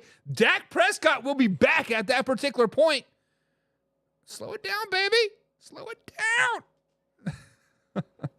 John says, I still see some of that cowboy love coming out of you, but just Yeah. a little bit there. Yeah, That football's gonna be there next week. I still have feelings for my ex, but I try Yes, not you to talk. do. I try not to talk bad about her. John says Trey Lance is just another Aiden O'Connell, so that means a weak arm pedophile. So He does have that. He does have that chomo mustache. Just saying. So he went to Purdue, right? And we were up in Purdue a couple seasons ago, and I shit you not, he drives a white van. I'm just put it out there. I shit you not. Kevin Cummings says you threw the ball through your TV like other Dallas Cowboys fans.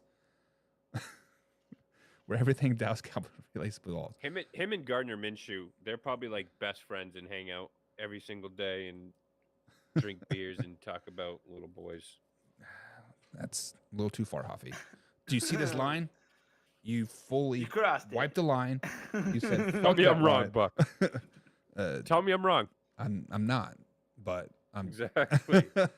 But guys, the question is fact or crap, will the Dallas Cowboys make the playoffs? And I think we're all kind of in agreement. It is crap. It is crap. 100%. Crap. Crap-ole. Uh-oh, what'd I do? My bad. Laura says, dang, did that really just get said? Free hugs. Alrighty, guys. It's after hours, people. This is after hours. We are going into hour number 3 here, guys. We are in hour number 3 of this beautiful Man Hour NFL Talk on Saturday night edition. We have done a regular show for you because we haven't done a show since Monday live. Actually, I guess Hoffy and Mark did a Tuesday Power Ranking show, but Thursday and Friday were recorded. This is live, raw, uncut. We see you guys' comments. I do everything. This is live, interactive show. We are live every Monday through Friday at 1:30 East Coast time until pending times here. But guys, it is time to get into some Week 13 talk. It is time to get in what everybody is here for, and it is to talk about some NFL games. So we got 5 games on the docket that we are going to talk about. We are going to talk about the Bengals taking on the Steelers. We're going to take the Eagles taking on the Ravens. We got the Cardinals taking on the Vikings, Chargers taking on the Falcons, and then the 49ers taking on the San Francisco 49ers. 49ers taking on the Bills. My bad. But guys, we're going to break down each of those games. So Mark, Hoffy, are you guys ready? Are you guys ready to start talking about some NFL games? Let's do it. Let's do it. So the first game we are going to talk about today are the Pittsburgh Steelers taking on the Cincinnati Bengals. As you guys know, the Pittsburgh Steelers are sitting at 8-3 on the season. They're looking to stay atop of the AFC North with this win. The Bengals, however, are 4-7 on the season. They're looking to keep their 17% chance to make the playoffs in check. As of right now, per ESPN, Mark, the Bengals do have a 52% chance of winning this game. But right now, Mark, I'm kind of 50-50 in on this game. I don't know which way I am going to go. Sell me on the Cincinnati Bengals. How can the Bengals win this game? Well, first off, their defense has not played well at all. Let's just say it, like their defense is bad. Even though Joe Burrow has been playing at an MVP caliber this season, their defense is bad. Like they're one of the worst pass defenses in the league, but they're really not that bad against the run. So if they can shut them down a little bit, that kind of slows down their offense because their offense is totally predicated on the play action. So they need the run game to be good. So if they can shut that down, that might be good. And I'm the type of person, like you said, teams kind of play up and play down to certain teams. I think the Steelers are going to be a team that the Bengals are going to play up against because they know it's a division rival. It's going to be, they know that the Bengals know that this is like for their playoff lives. So every game from now on is like a playoff game. So I just see Joe Burrow balling out like he has, and I think the defense steps up and they beat the Steelers. Yeah, stopping of the run will be the catalyst of the Pittsburgh Steelers. If you're able to stop that run with Najee Harris and the other guy slipping my mind right now, Jaden Warren. If you are able to stop the run and force Russ to pass the ball, very, very good things could happen. But Hoffy, I am on the fence. I don't know who to pick in this game. Tell me why I should pick the Steelers. Cincinnati is only like 18th in stopping the run. So saying they're going to stop the run, not going to happen. Their defense overall is 23rd. Like Mark said, they absolutely suck. But the Steelers are 15-5 in the last 10 years against the Cincinnati Bengals. And the Steelers play some of their best football coming off of 9 days rest. The Steelers are 9-1 in their last 10 games following a 9-day break. Including one of those games being against Cincinnati in 2019, which they won. I expect history to repeat itself. So it is crazy. They get a 9-day break now, but then they play 3 games in 10 days. That's absolutely crazy to me. But I've been going back and forth on this like on this game, and I do think the Pittsburgh Steelers guys are going to win this game. I think they're going to go into Cincinnati, and I think they are going to I guess upset the Bengals since the Bengals are projected to win this game. Mark, who are you picking in this game and why? I'm going Cincinnati. I really think that Russ is going to be Russ, and he's going to, I don't know. I didn't mention this earlier, but he had 3+ sacks in the last 3 games. So he's the type of quarterback that does that. And the Bengals have a really good pass rusher. Their defense isn't good, but they have Hendrickson, who's really good, and he actually led the league in sacks at the bye week. So if that guy can get going and they can sack Russ, that's going to be a long night for him or a long day for him. So I just really think that the defense, the Bengals are going to show up because, like I've said many, many times, Russ is limited. He needs a run game. He needs the deep ball. If they shut down the run game, he's going to have the deep ball, and that's going to it's going to be a long night for him. Yeah, and if I remember correctly, Russ has been sacked over 6 times in the last 2 games. So you were very, very right. Hoffy, who are you picking in this game and why?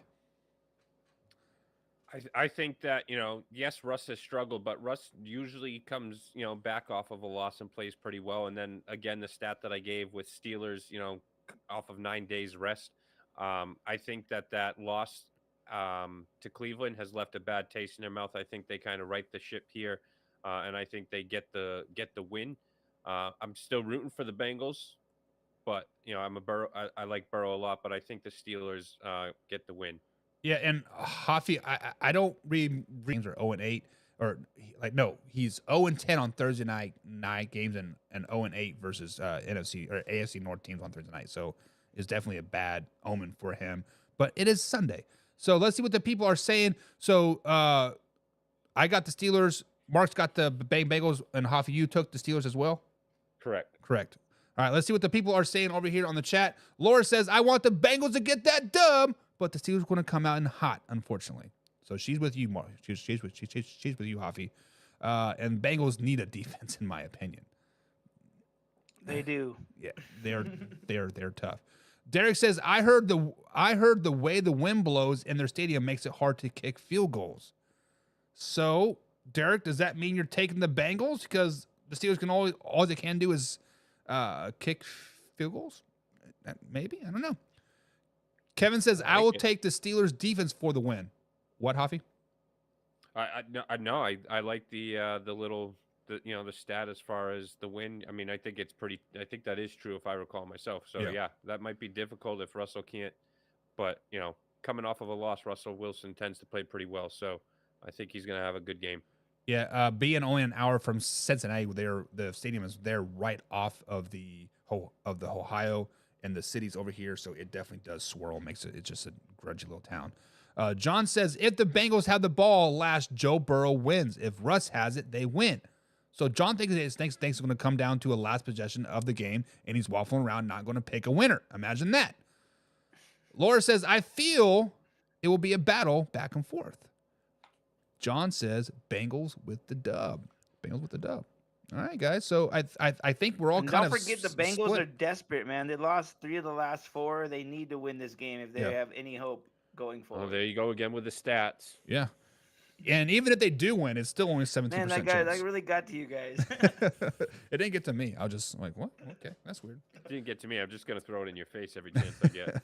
Next up on our 5 games that we're breaking down today is the Philadelphia Eagles taking on the Baltimore Ravens. This is a game that I definitely have circled, and I'm going to be very, very intrigued to watch. The Philadelphia Eagles are sitting at 9-2 on the season, firmly in second place in the NFC playoff race, deemed as one of the hottest teams in the NFL and number 1 in my NFL power rankings.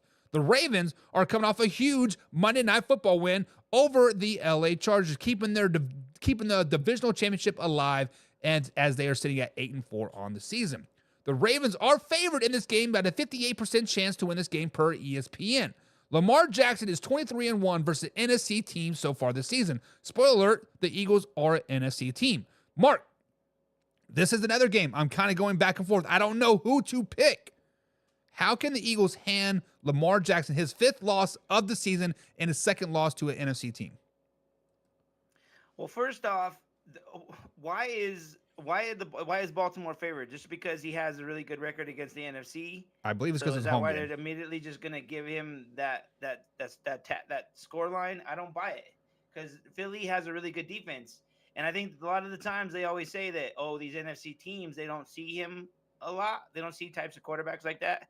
You know what? But the Eagles, they have one in their backyard. Jalen Hurts can run the ball just as well as, I wouldn't say just as fast as Lamar, but he can run the ball. He's pretty elusive. So they see it all the time. I feel like their defense might have a step up compared to most of these other NFC teams that have faced Lamar. So, and like I said, I've been high on the Eagles. They have been hot as of late. I still see them continue to be hot, and I think they're going to win. I think they're going to beat Lamar, because Lamar and the Ravens, they did beat the Chargers, but it wasn't like a fantastic win. I feel like they're not going to be that tough team that everybody thinks. They do have Henry, they do have Lamar, but I just feel like Philly has such a stacked roster, they're going to be able to compete with that. Yeah, and just to add to your point there, Mark, Ravens do have the top offense in the NFL. Philadelphia Eagles are ranked 4th. However, the Eagles have the best defense in the NFL. Ravens are ranked 25th. Hoffy, do you think Lamar Jackson is going to go 24-1 versus NFC teams? How can he do that? I will say I do kind of agree with Mark as far as both offenses have a solid 1-2 punch in their quarterback, running back, and being dual threats, or at least their quarterbacks being dual threats. So I do really think that this is going to come down to, both of these defenses face the same offense in practice.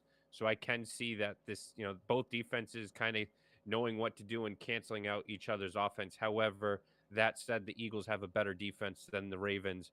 So I think the upper hand does go to the Eagles in this. But that said, the Eagles have never come into, into Baltimore Stadium and beat Baltimore in Baltimore. And Lamar Jackson's only loss in the NFC was to the Giants, and it was an away game. Spoiler alert, this is a home game. And in those games versus the NFC, Lamar Jackson has a 10-1 touchdown to interception ratio. So I just think that, everything is in favor of Lamar Jackson going to, be 24-1 now. All righty, guys. So the question is, who is going to win this game, the Eagles or the Ravens? I have legitimately been going back and forth, and I think the Baltimore Ravens are going to come out on top of this game because of Derrick Henry. It will come down to Saquon versus Derrick Henry, and the Baltimore Ravens have 4 losses this season when Derrick Henry touches the ball twice or less in the fourth quarter. He is going to touch the ball in the fourth quarter. He's going to touch it 10 or 12 or 13 times. He's going to run the ball. Ravens win this game by 4 points. Mark, who do you got and why? I'm going Philly. I think the opposite. I think the defense that Philly has is going to shut down the Ravens more than the Ravens defense is going to shut down Philly. I just like Hoff was just saying, they have the same kind of 1-2 punch, and I think Saquon has been playing at a elite level. I think Derrick Henry has also, but I just feel like Saquon, this is a special year for him, special year for the Philly. Like, I've been high on Philly. I'm not totally that high on Lamar. He, like we've said many times, he hasn't done it in the playoffs. Like, I just don't. He might win this game, but I feel like Philly's gonna battle him. Yeah, I mean, like I was just going to say this is a regular season game, and it is still actually it will be December. So this when Lamar Jackson play does start to go downhill is in December and January. But Hoffy, who do you got winning this game and why? I'm going with Baltimore, and I think it's hard. I'm hard pressed to go with Baltimore, but I think that Baltimore needs this game in order to keep pace with the Steelers. They're 1 game behind the Steelers, and the Steelers own the advantage right now, being that they beat the Ravens head to head. So I think the Ravens need this game more than the Philadelphia Eagles do. I could see the Eagles kind of coming in and just laying an egg. So I'm going with the Baltimore Ravens. Interesting. So we are both kind of on the same page, Hoffy and Mark. You are still high on your Eagles, and I legit could go either way. I might change my mind in the morning. I haven't decided yet. So Laura says Eagles will soar in this one. Pukey face, unfortunately. Laura does not like the Eagles, but she's picking against her gut. I like it. John says Ravens win. Need to shut down the Eagles down, smack them back down to where the season started.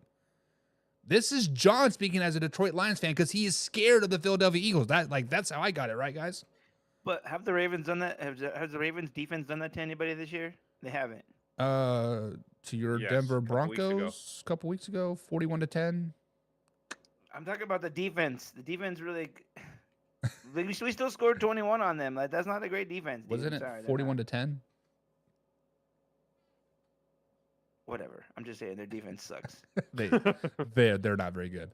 Derek says, who wins the running game? So it comes down to a two-headed punch, right? Because the Ravens got Justice Hill. I think he is back healthy, and Derrick Henry versus Saquon Barkley or Gainwell. Honestly, I would probably take Saquon over Derrick Henry right now, but I still think the Ravens win. John says Lamar wins this game. Now wrong. Go ahead.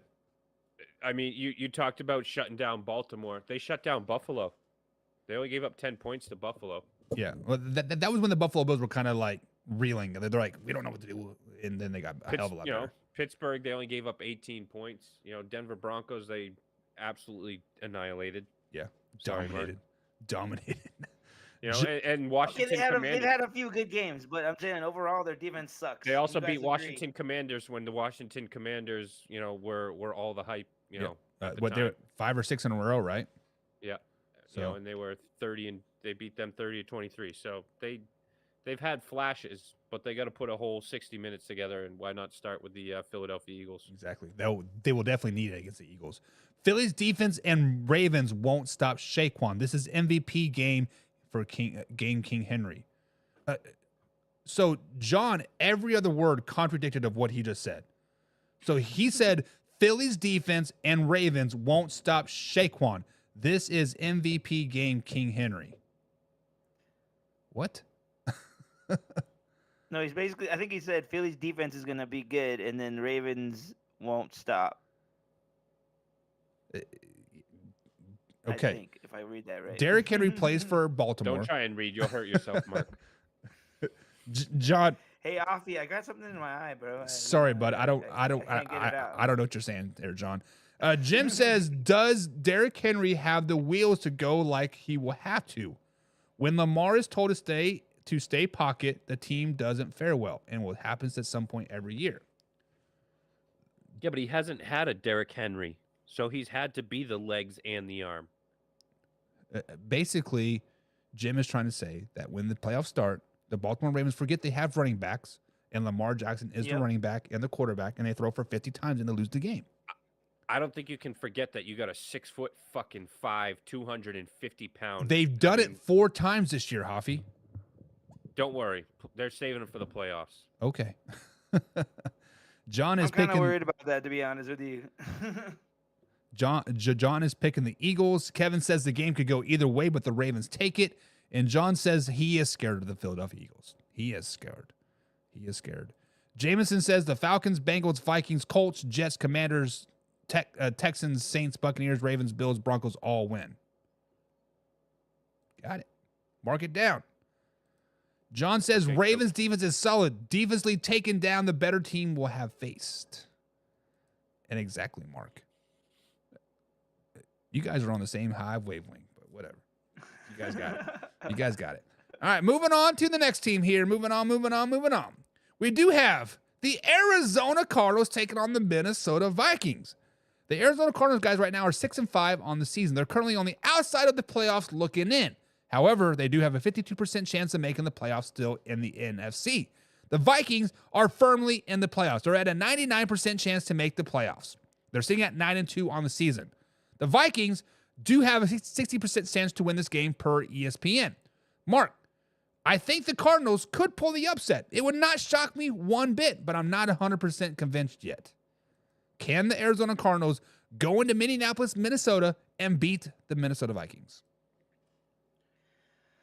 You know what? It's going to be tough for them because they're going to have to battle the Brian Flores defense, which has given teams fits all year long. But I think out of the quarterbacks to do it, he might be the type. He's very good at the improvisational type of stuff. So he might see something and take advantage of it and exploit it. So I can kind of see maybe that happening.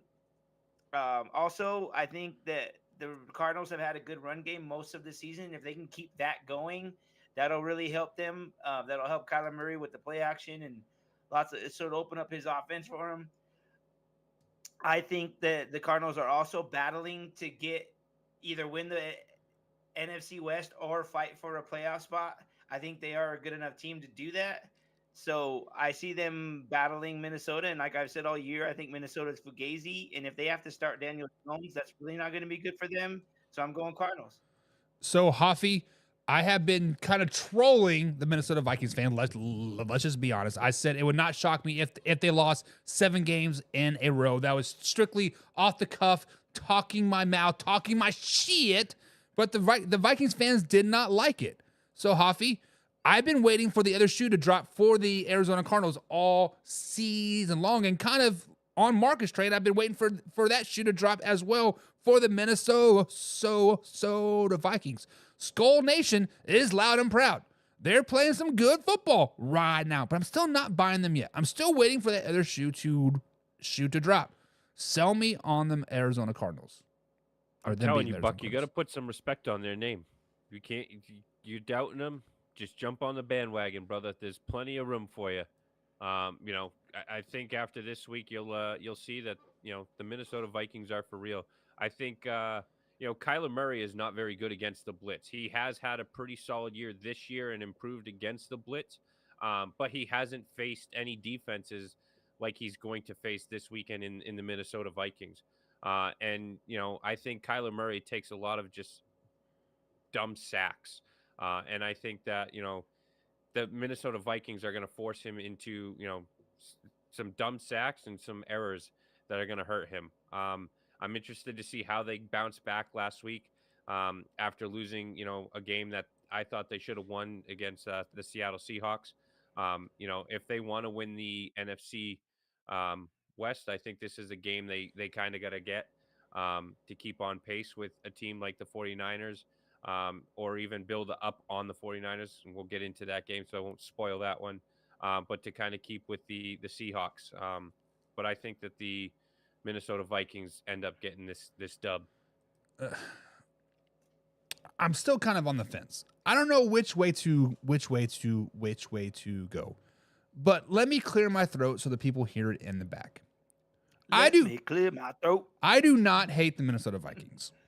I do not dislike the Minnesota Vikings. I hate the fact that you guys dog Sam Darnold back in March, but now you're praising him like the baby Buddha that like he is. That is what I dislike about the Minnesota Vikings fans. But I'm going to say this loud, and I'm going to say this proud, Mark. Skull Nation gets to win, baby. I'm picking the Minnesota Vikings in this game. Skull, skull, skull. Mark, who do you got? Laura's got a hard on for you. Who doesn't? You know what? Even though I was given the points for the Cardinals, I think Minnesota is going to pull out another win.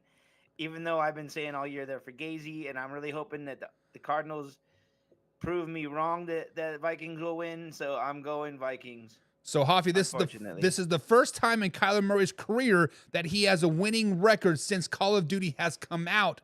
He is actually 3-1 since Call of Duty has been out. But who you got winning this game, Hoffy? Kyler Murray just actually texted me. He said he's pulling an all-nighter tonight playing some Call of Duty. Asked if I wanted to join. So Skull! I'm going with the Minnesota Vikings and Skull Nation, baby. Skull. Everybody do it. 1, 2, 3. Skull! Skull! Let's go. That's what the people are saying. John says the Cardinals about to whoop that purple Viking skull booty. John says, bring that ass here, boy. We gonna whoop that ass. Jameson says 49ers, Cardinals, Seahawks, and Rams will all lose. Whoever wins the NFC West will be 9-8. Who cares about the NFC West? Actually, everybody does. It's shit. No, the Rams are going to win it. The Rams are going to win the West. Laura says it is a home game. Vikings will battle back and forth and win. Skull Nation does it. John says it depends if Sam Darnold. Quarterback, though. What's that? Who finishes the game as their quarterback, though? That'd be Sam Darnold. You think so? Daniel Jones is simply there to be a third-string quarterback. He's not even a backup. He's third string. Okay.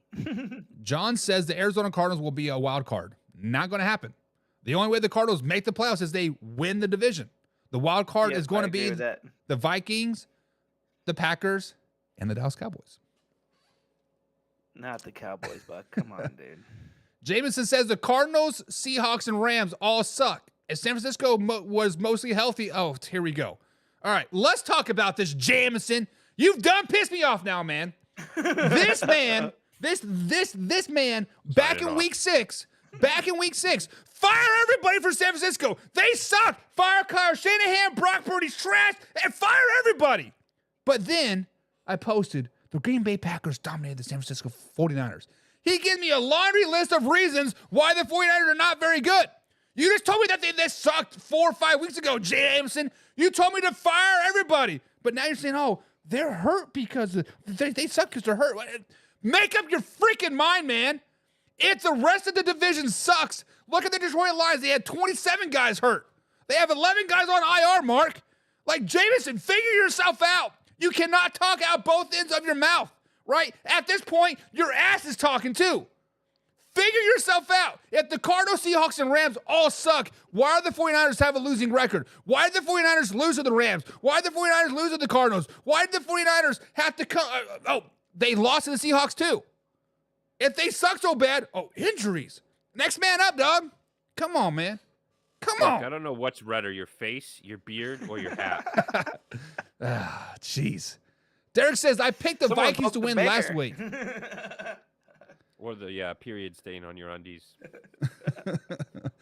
Jameson says the Vikings show on Netflix is really good. I have you guys watched the Vikings? I haven't. I have not, but I've heard some good things about it. I probably should check it out. But Cindy watches What Viking show? Are they talking about the Hard Knocks? No. It's legit Vikings on a boat. They're like taking over the world. Isn't there a bunch of porn stuff too on it or something? Probably. Oh, some- actual Vikings, Yeah. not the Minnesota Vikings. Yeah. Okay, gotcha. From what I told, I don't know if this is true at all, but it's like a spinoff of like a Sons of Anarchy, right? It's like the Vikings and Sons of Anarchy had like a baby, basically, what it comes down to. Interesting. John said every game the Cardinals have played have all been great defense or at least good. Not wrong. Not wrong. Their defense is average. Jim Powell says Sam Darnold has his hands like Ron Jeremy as elephantitis. He can handle the ball. Not mine, but others. Or like the Dallas podcaster. Yeah. Hey, speaking of which, I was watching the Chiefs game on replay because Tripp loves watching the Chiefs play and win. Did you guys see Patrick Mahomes holding that water bottle? He looked like he had freaking Andre the Giant's hands. I have to show you the picture of it. John says, you butt kissers. Skull, skull, skull. Skull, skull, skull. Laura says, Sam is going to finish the season. Exactly. Sam is going to lead them to the Super Bowl, baby. And Jameson says, I still think Kyle Shanahan should be fired. Buck, take a breath. I'm just fine, man. The man juice hitting hard tonight. If you know, you know. If you're a pigskin pundit, you know. Moving on to the next one, guys. Moving on. Next game on the docket, we do have the LA Chargers taking on the Atlanta Falcons. The Chargers are now 7-4 on the season, on this middle-aged NFL season. Coming off a Monday night loss at home to the Baltimore Ravens, they're still sitting at 6 in the AFC playoff race. The Falcons have been on a skid as of late, losing 2 games in a row, one to the Saints, and getting humiliated by the Denver Broncos. They're still leading the NFC South and sitting at fourth in the NFC playoff race. The Chargers, however, have a 51% chance of winning this game per ESPN. Mark, the LA Chargers, along with your Denver Broncos, are some of the biggest surprises this NFL season. They have been winning games with defense and running the ball. Tell me why I should pick the LA Chargers to win this game over the Atlanta Falcons. Well, I hate that you gave me this assignment to say good stuff about the Chargers. You do this to me all the goddamn time about my AFC West teams. I guess they're your AFC West teams also, but I don't like talking good about them. Just gonna put that out there before I start to say good shit about them. Okay. Okay. I think that it's gonna be really tough for them to beat Atlanta because I don't know if you know this, but J.K. Dobbins is out. He's like their best running back. Like they pretty much run the ball. They're that team that they're hard nosed. I don't think Gus Edwards is that guy. So I think that's going to be really tough for them. And they don't really have any other offensive weapons. I guess Lad McConkey, but they don't really pass the ball that much. So I'm not totally sure how their offense is going to do going forward. But their defense has been solid, which is totally another Harbaugh thing. So they could be another one of those teams that the defense is keeping them games and helping them win games. So I see them continuing to do that. But like I said, it's going to be tough because Kirk Cousins has got a lot of weapons over there in Atlanta. Yeah, losing J.K. Dobbins, at which he is on the IR now, is a huge loss for the Chargers. But Hoffy, the Atlanta Falcons, they were the talk of the town. They were the cream of the crop. They were doing good things, beating the Tampa Bay Buccaneers twice, but they haven't done shit since. Give me a reason why I should be picking the Falcons like in this game. Because I got Kirk Cousins. Kirk freaking Cousins, baby. This Los Angeles Chargers team jumped out to a 10-0 lead last week against the Baltimore Ravens, and then with Dobbins going out, they fell flat offensively. And this is a team that struggled offensively this year, and that's not going to help them with the injury there at their starting running back position. And I think Kirk Cousins and the weapons he has in Pitts and some of those other guys, Bijan Robinson, I think those weapons are going to be too much. Yes, the Chargers defense is good, but their offense is not. And I think that the Atlanta Falcons offense is just better than the Chargers offense. And it's going to come down to who's got the better offense. And I'm taking Atlanta Falcons in this. The Atlanta Falcons do have had the better offense, but the one thing about the Atlanta Falcons, like the Kansas City Chiefs, I believe Kevin said it earlier, is that the Falcons do play up or play down to their competition. The Chargers are a team that's kind of above them right now. So as much as I want to say the Atlanta Falcons, Kirk Cousins, this, and this, I just do not have faith in the Atlanta Falcons right now. They've dropped to good teams at home. West Coast teams, right? This is a 1 o'clock game. This will be 10 o'clock in the LA Chargers mindset. But I'm picking the Chargers in this game because of their defense. Mark, who do you got in this game? Even though I'm kind of waffling, I'm going Chargers. I think ultimately their defense is solid enough to hold them in the game, and I think they're going to do it again, and their offense will pull enough off to win it. Yeah, just to add a side note here, I did just look this up, but if the Chargers and Broncos both win this week, the Miami Dolphins have officially been eliminated from the playoffs. So, Hoffy, who do you got winning this game? I just don't see how the Chargers with this offense, struggling. Never mind now with their running back out are going to come from the West Coast to the East Coast and go in and beat the Atlanta Falcons. So I'm taking the Falcons. You are taking the Falcons. The Falcons have dropped to the Seahawks on a 1 o'clock game. So the Falcons just, I don't know if that's a right suggestion there, but it is what it is. Just shut up. It is your picks. It is wrong, but it is your picks. Laura says LA is going to win because Kirk Cousins sucks still. You guys forgot that Laura is the president. I thought she was the number one of the fan club for Kirk Cousins. She is the president of the Kirk Cousins fan club. So apparently the hate is real. John says the Falcons. Seen, what's that? That dude, he is ripped. That dude is absolutely shredded. He's not losing. Kirk Cousins? He's not losing to beer belly. Yeah. Belly Herbert. What kind of research are you doing, Hoffy? Looking at Kirk Cousins shredded, bro. Just saying. Like you haven't seen him on that airplane with his 12 chains and just dancing. They follow each other to Target. Tell me you don't want to be Kirk Cousins. Come on. I would love to be Kirk Cousins. His wife dresses him. I know that. Hey, perfect life. My wife man. dresses me. I don't give a shit. Perfect. I'm sure she does. That's why I said it. Perfect life. John says the Falcons win this game. Big defensive battle, low scoring game. I never would have put the Falcons and defense on the same page. So does this mean that? So does this just mean that Kirk Cousins just sucks in this game? I don't know. Jameson says the Falcons have so much good young talent and they haven't put it together. They are starting to put together now, but they play up and play down to the competition. I think they need to put in Michael Penix. Just saying. Yeah, I think that would be a great move. I think that's a Super Bowl winning move. Come on, Buck. Derek says, that's not. I'm picking Atlanta. They're explosive at home this year. They're not that explosive at home. Unfortunately, that is when they score least points is at home. But it is what it is. All right, guys. So apparently, I forgot to put the next overlay up here. So give me 1 second. Let me just put the overlay up. Don't.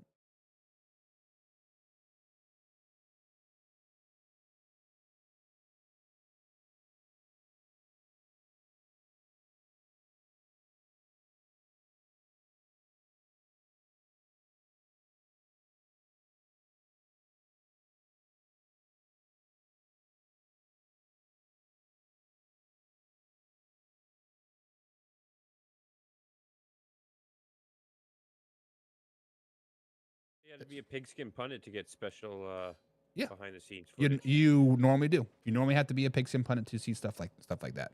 But our next game up is the San Francisco 49ers traveling to 3.5 feet of snow in Buffalo, New York. Most people, like Mark, have put the fork in the San Francisco 49ers as they got beat down by the Green Bay Packers last week. They are now 5-6 on the season, but they're only one game out of the division lead. They also have an 18% chance of making the playoffs as of right now. The Bills are the hottest team in the NFL.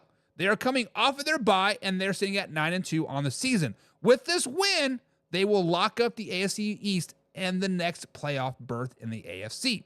Mark, the 49ers have all been done, and in your eyes, the last 2, if not 3 weeks. They do, however, still have a fighting chance to make the playoffs still. It will start this week with the win over the Buffalo Bills if they want to make it. Sell me on how the San Francisco 49ers can win this game and the fork falls out of the steak. Be nice to my 49ers, Mark. You know what? I don't care what you say, Hoff. I'm going to say what I want. But Okay, I really hate that you're making me defend the 49ers when I've said that, yes, I've put a fork in them. I think they are done.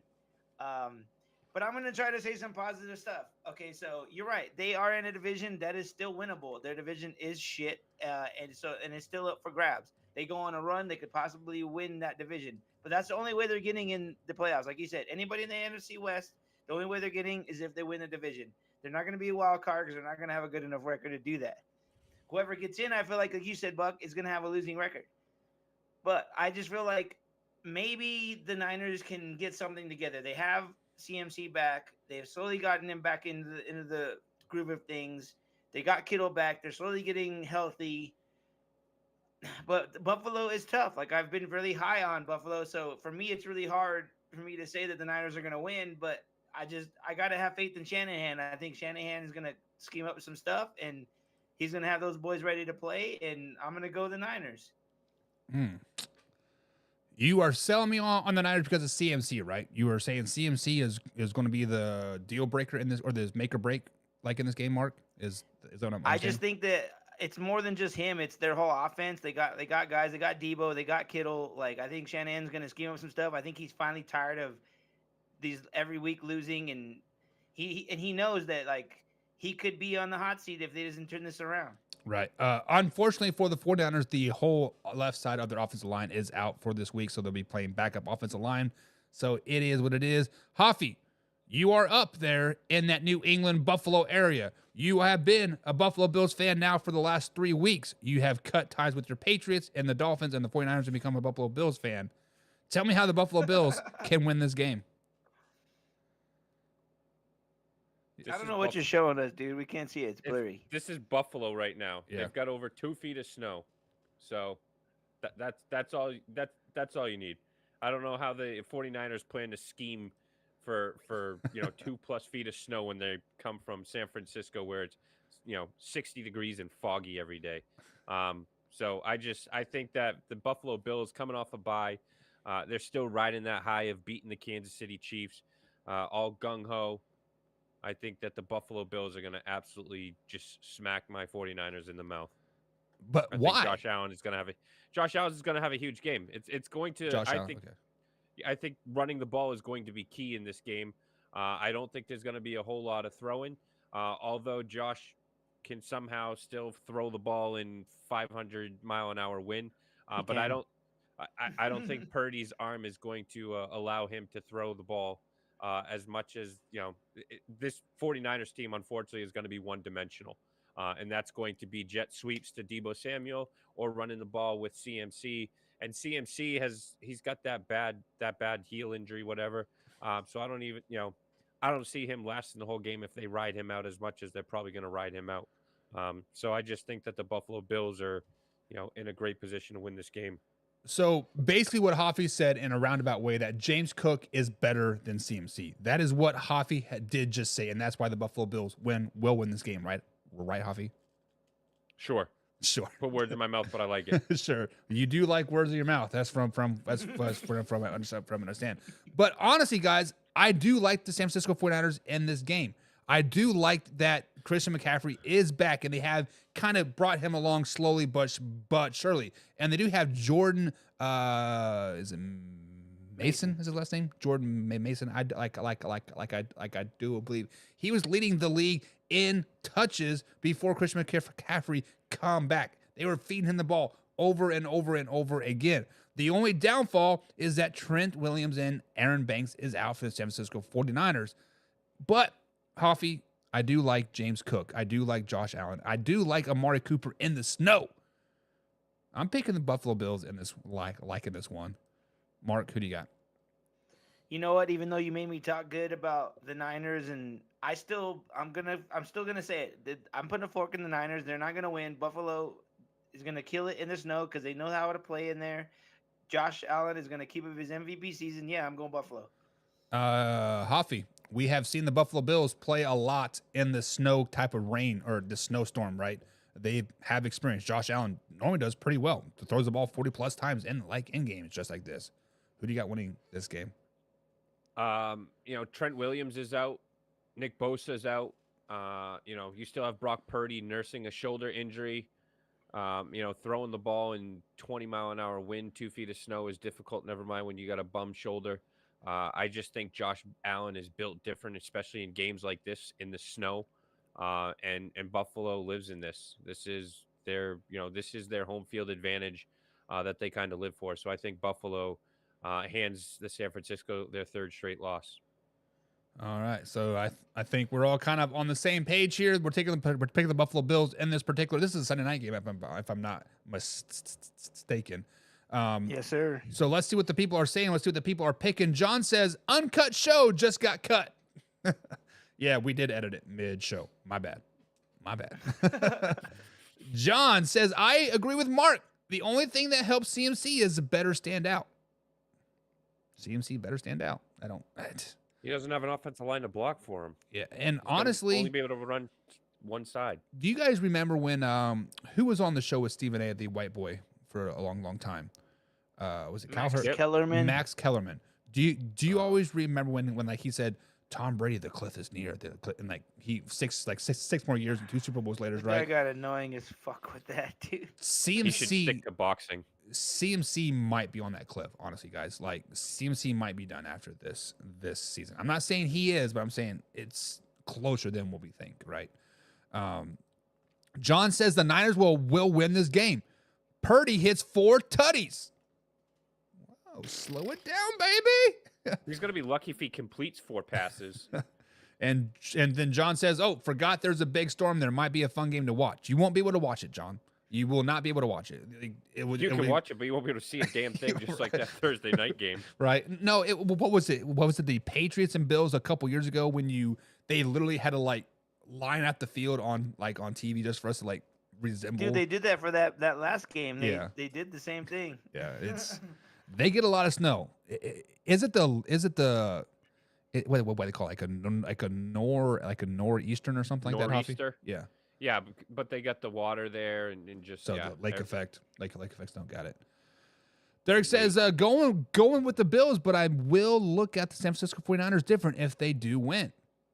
A little bit of momentum, I right? agree. A little momentum could They go need a it, long man. ways. They need it. Yeah. Especially in the snow. Jameson says if the 49ers had Bosa, Ayuk, Williams, Banks, Harga, here we go, excuses.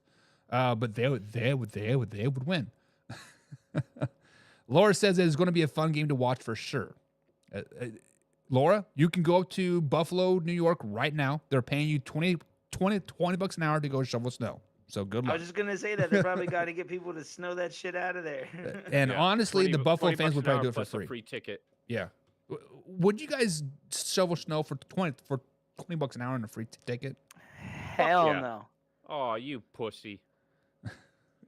Hell no. Dude, I don't like plowing my own driveway. Why would I go to? Because you're For getting real. paid, and then you get to go throw snowballs at people and watch football True. and jump through tables. Yeah. Speaking of that, Carson still owes me that. Laura says I've been waffling back and Where's forth. those push-ups? Somebody owes me 20 push-ups on air. He hasn't been on since, buddy. Ghosted. Laura's picking the Buffalo Bills. All right, guys. Guys, 2.5 hours of man hour tonight. We did a lot of talking. We did a lot of talking tonight. Only How do time you we'll guys ever feel? last 2 hours. What's that? I said the only time we would ever last 2 hours. Shit. It is what it is. No. So, real talk, Coffee. I went back home on Tuesday, and we went out to the bar on Wednesday night. I had me and the boys were hanging out, right? And it's funny because all the boys now are divorced, and like I'm the only single or the only married man, so they're all hitting on ladies like, "Oh, I still got game, whatever." Get up, dude. We were all home in bed by 8:30. I shit you not. We were at the bar at 7, but home in bed by 8. Yeah, never. You old. You guys are old. 2 balls. beers queefs. Shit, I had a half a beer. I'm like, Laura says she will never shovel snow again. I did that growing up. No, thank you. Not wrong. I hate snowing. I love snow. I love playing in snow. I love fucking in snow. But gotta plow that shit? Hell no. Hell Too no. much information. No, like fucking around, like doing like donuts and stuff. not like. Oh. No. Hoffy, send us out, big guy. Man, our nation, rise up. We out.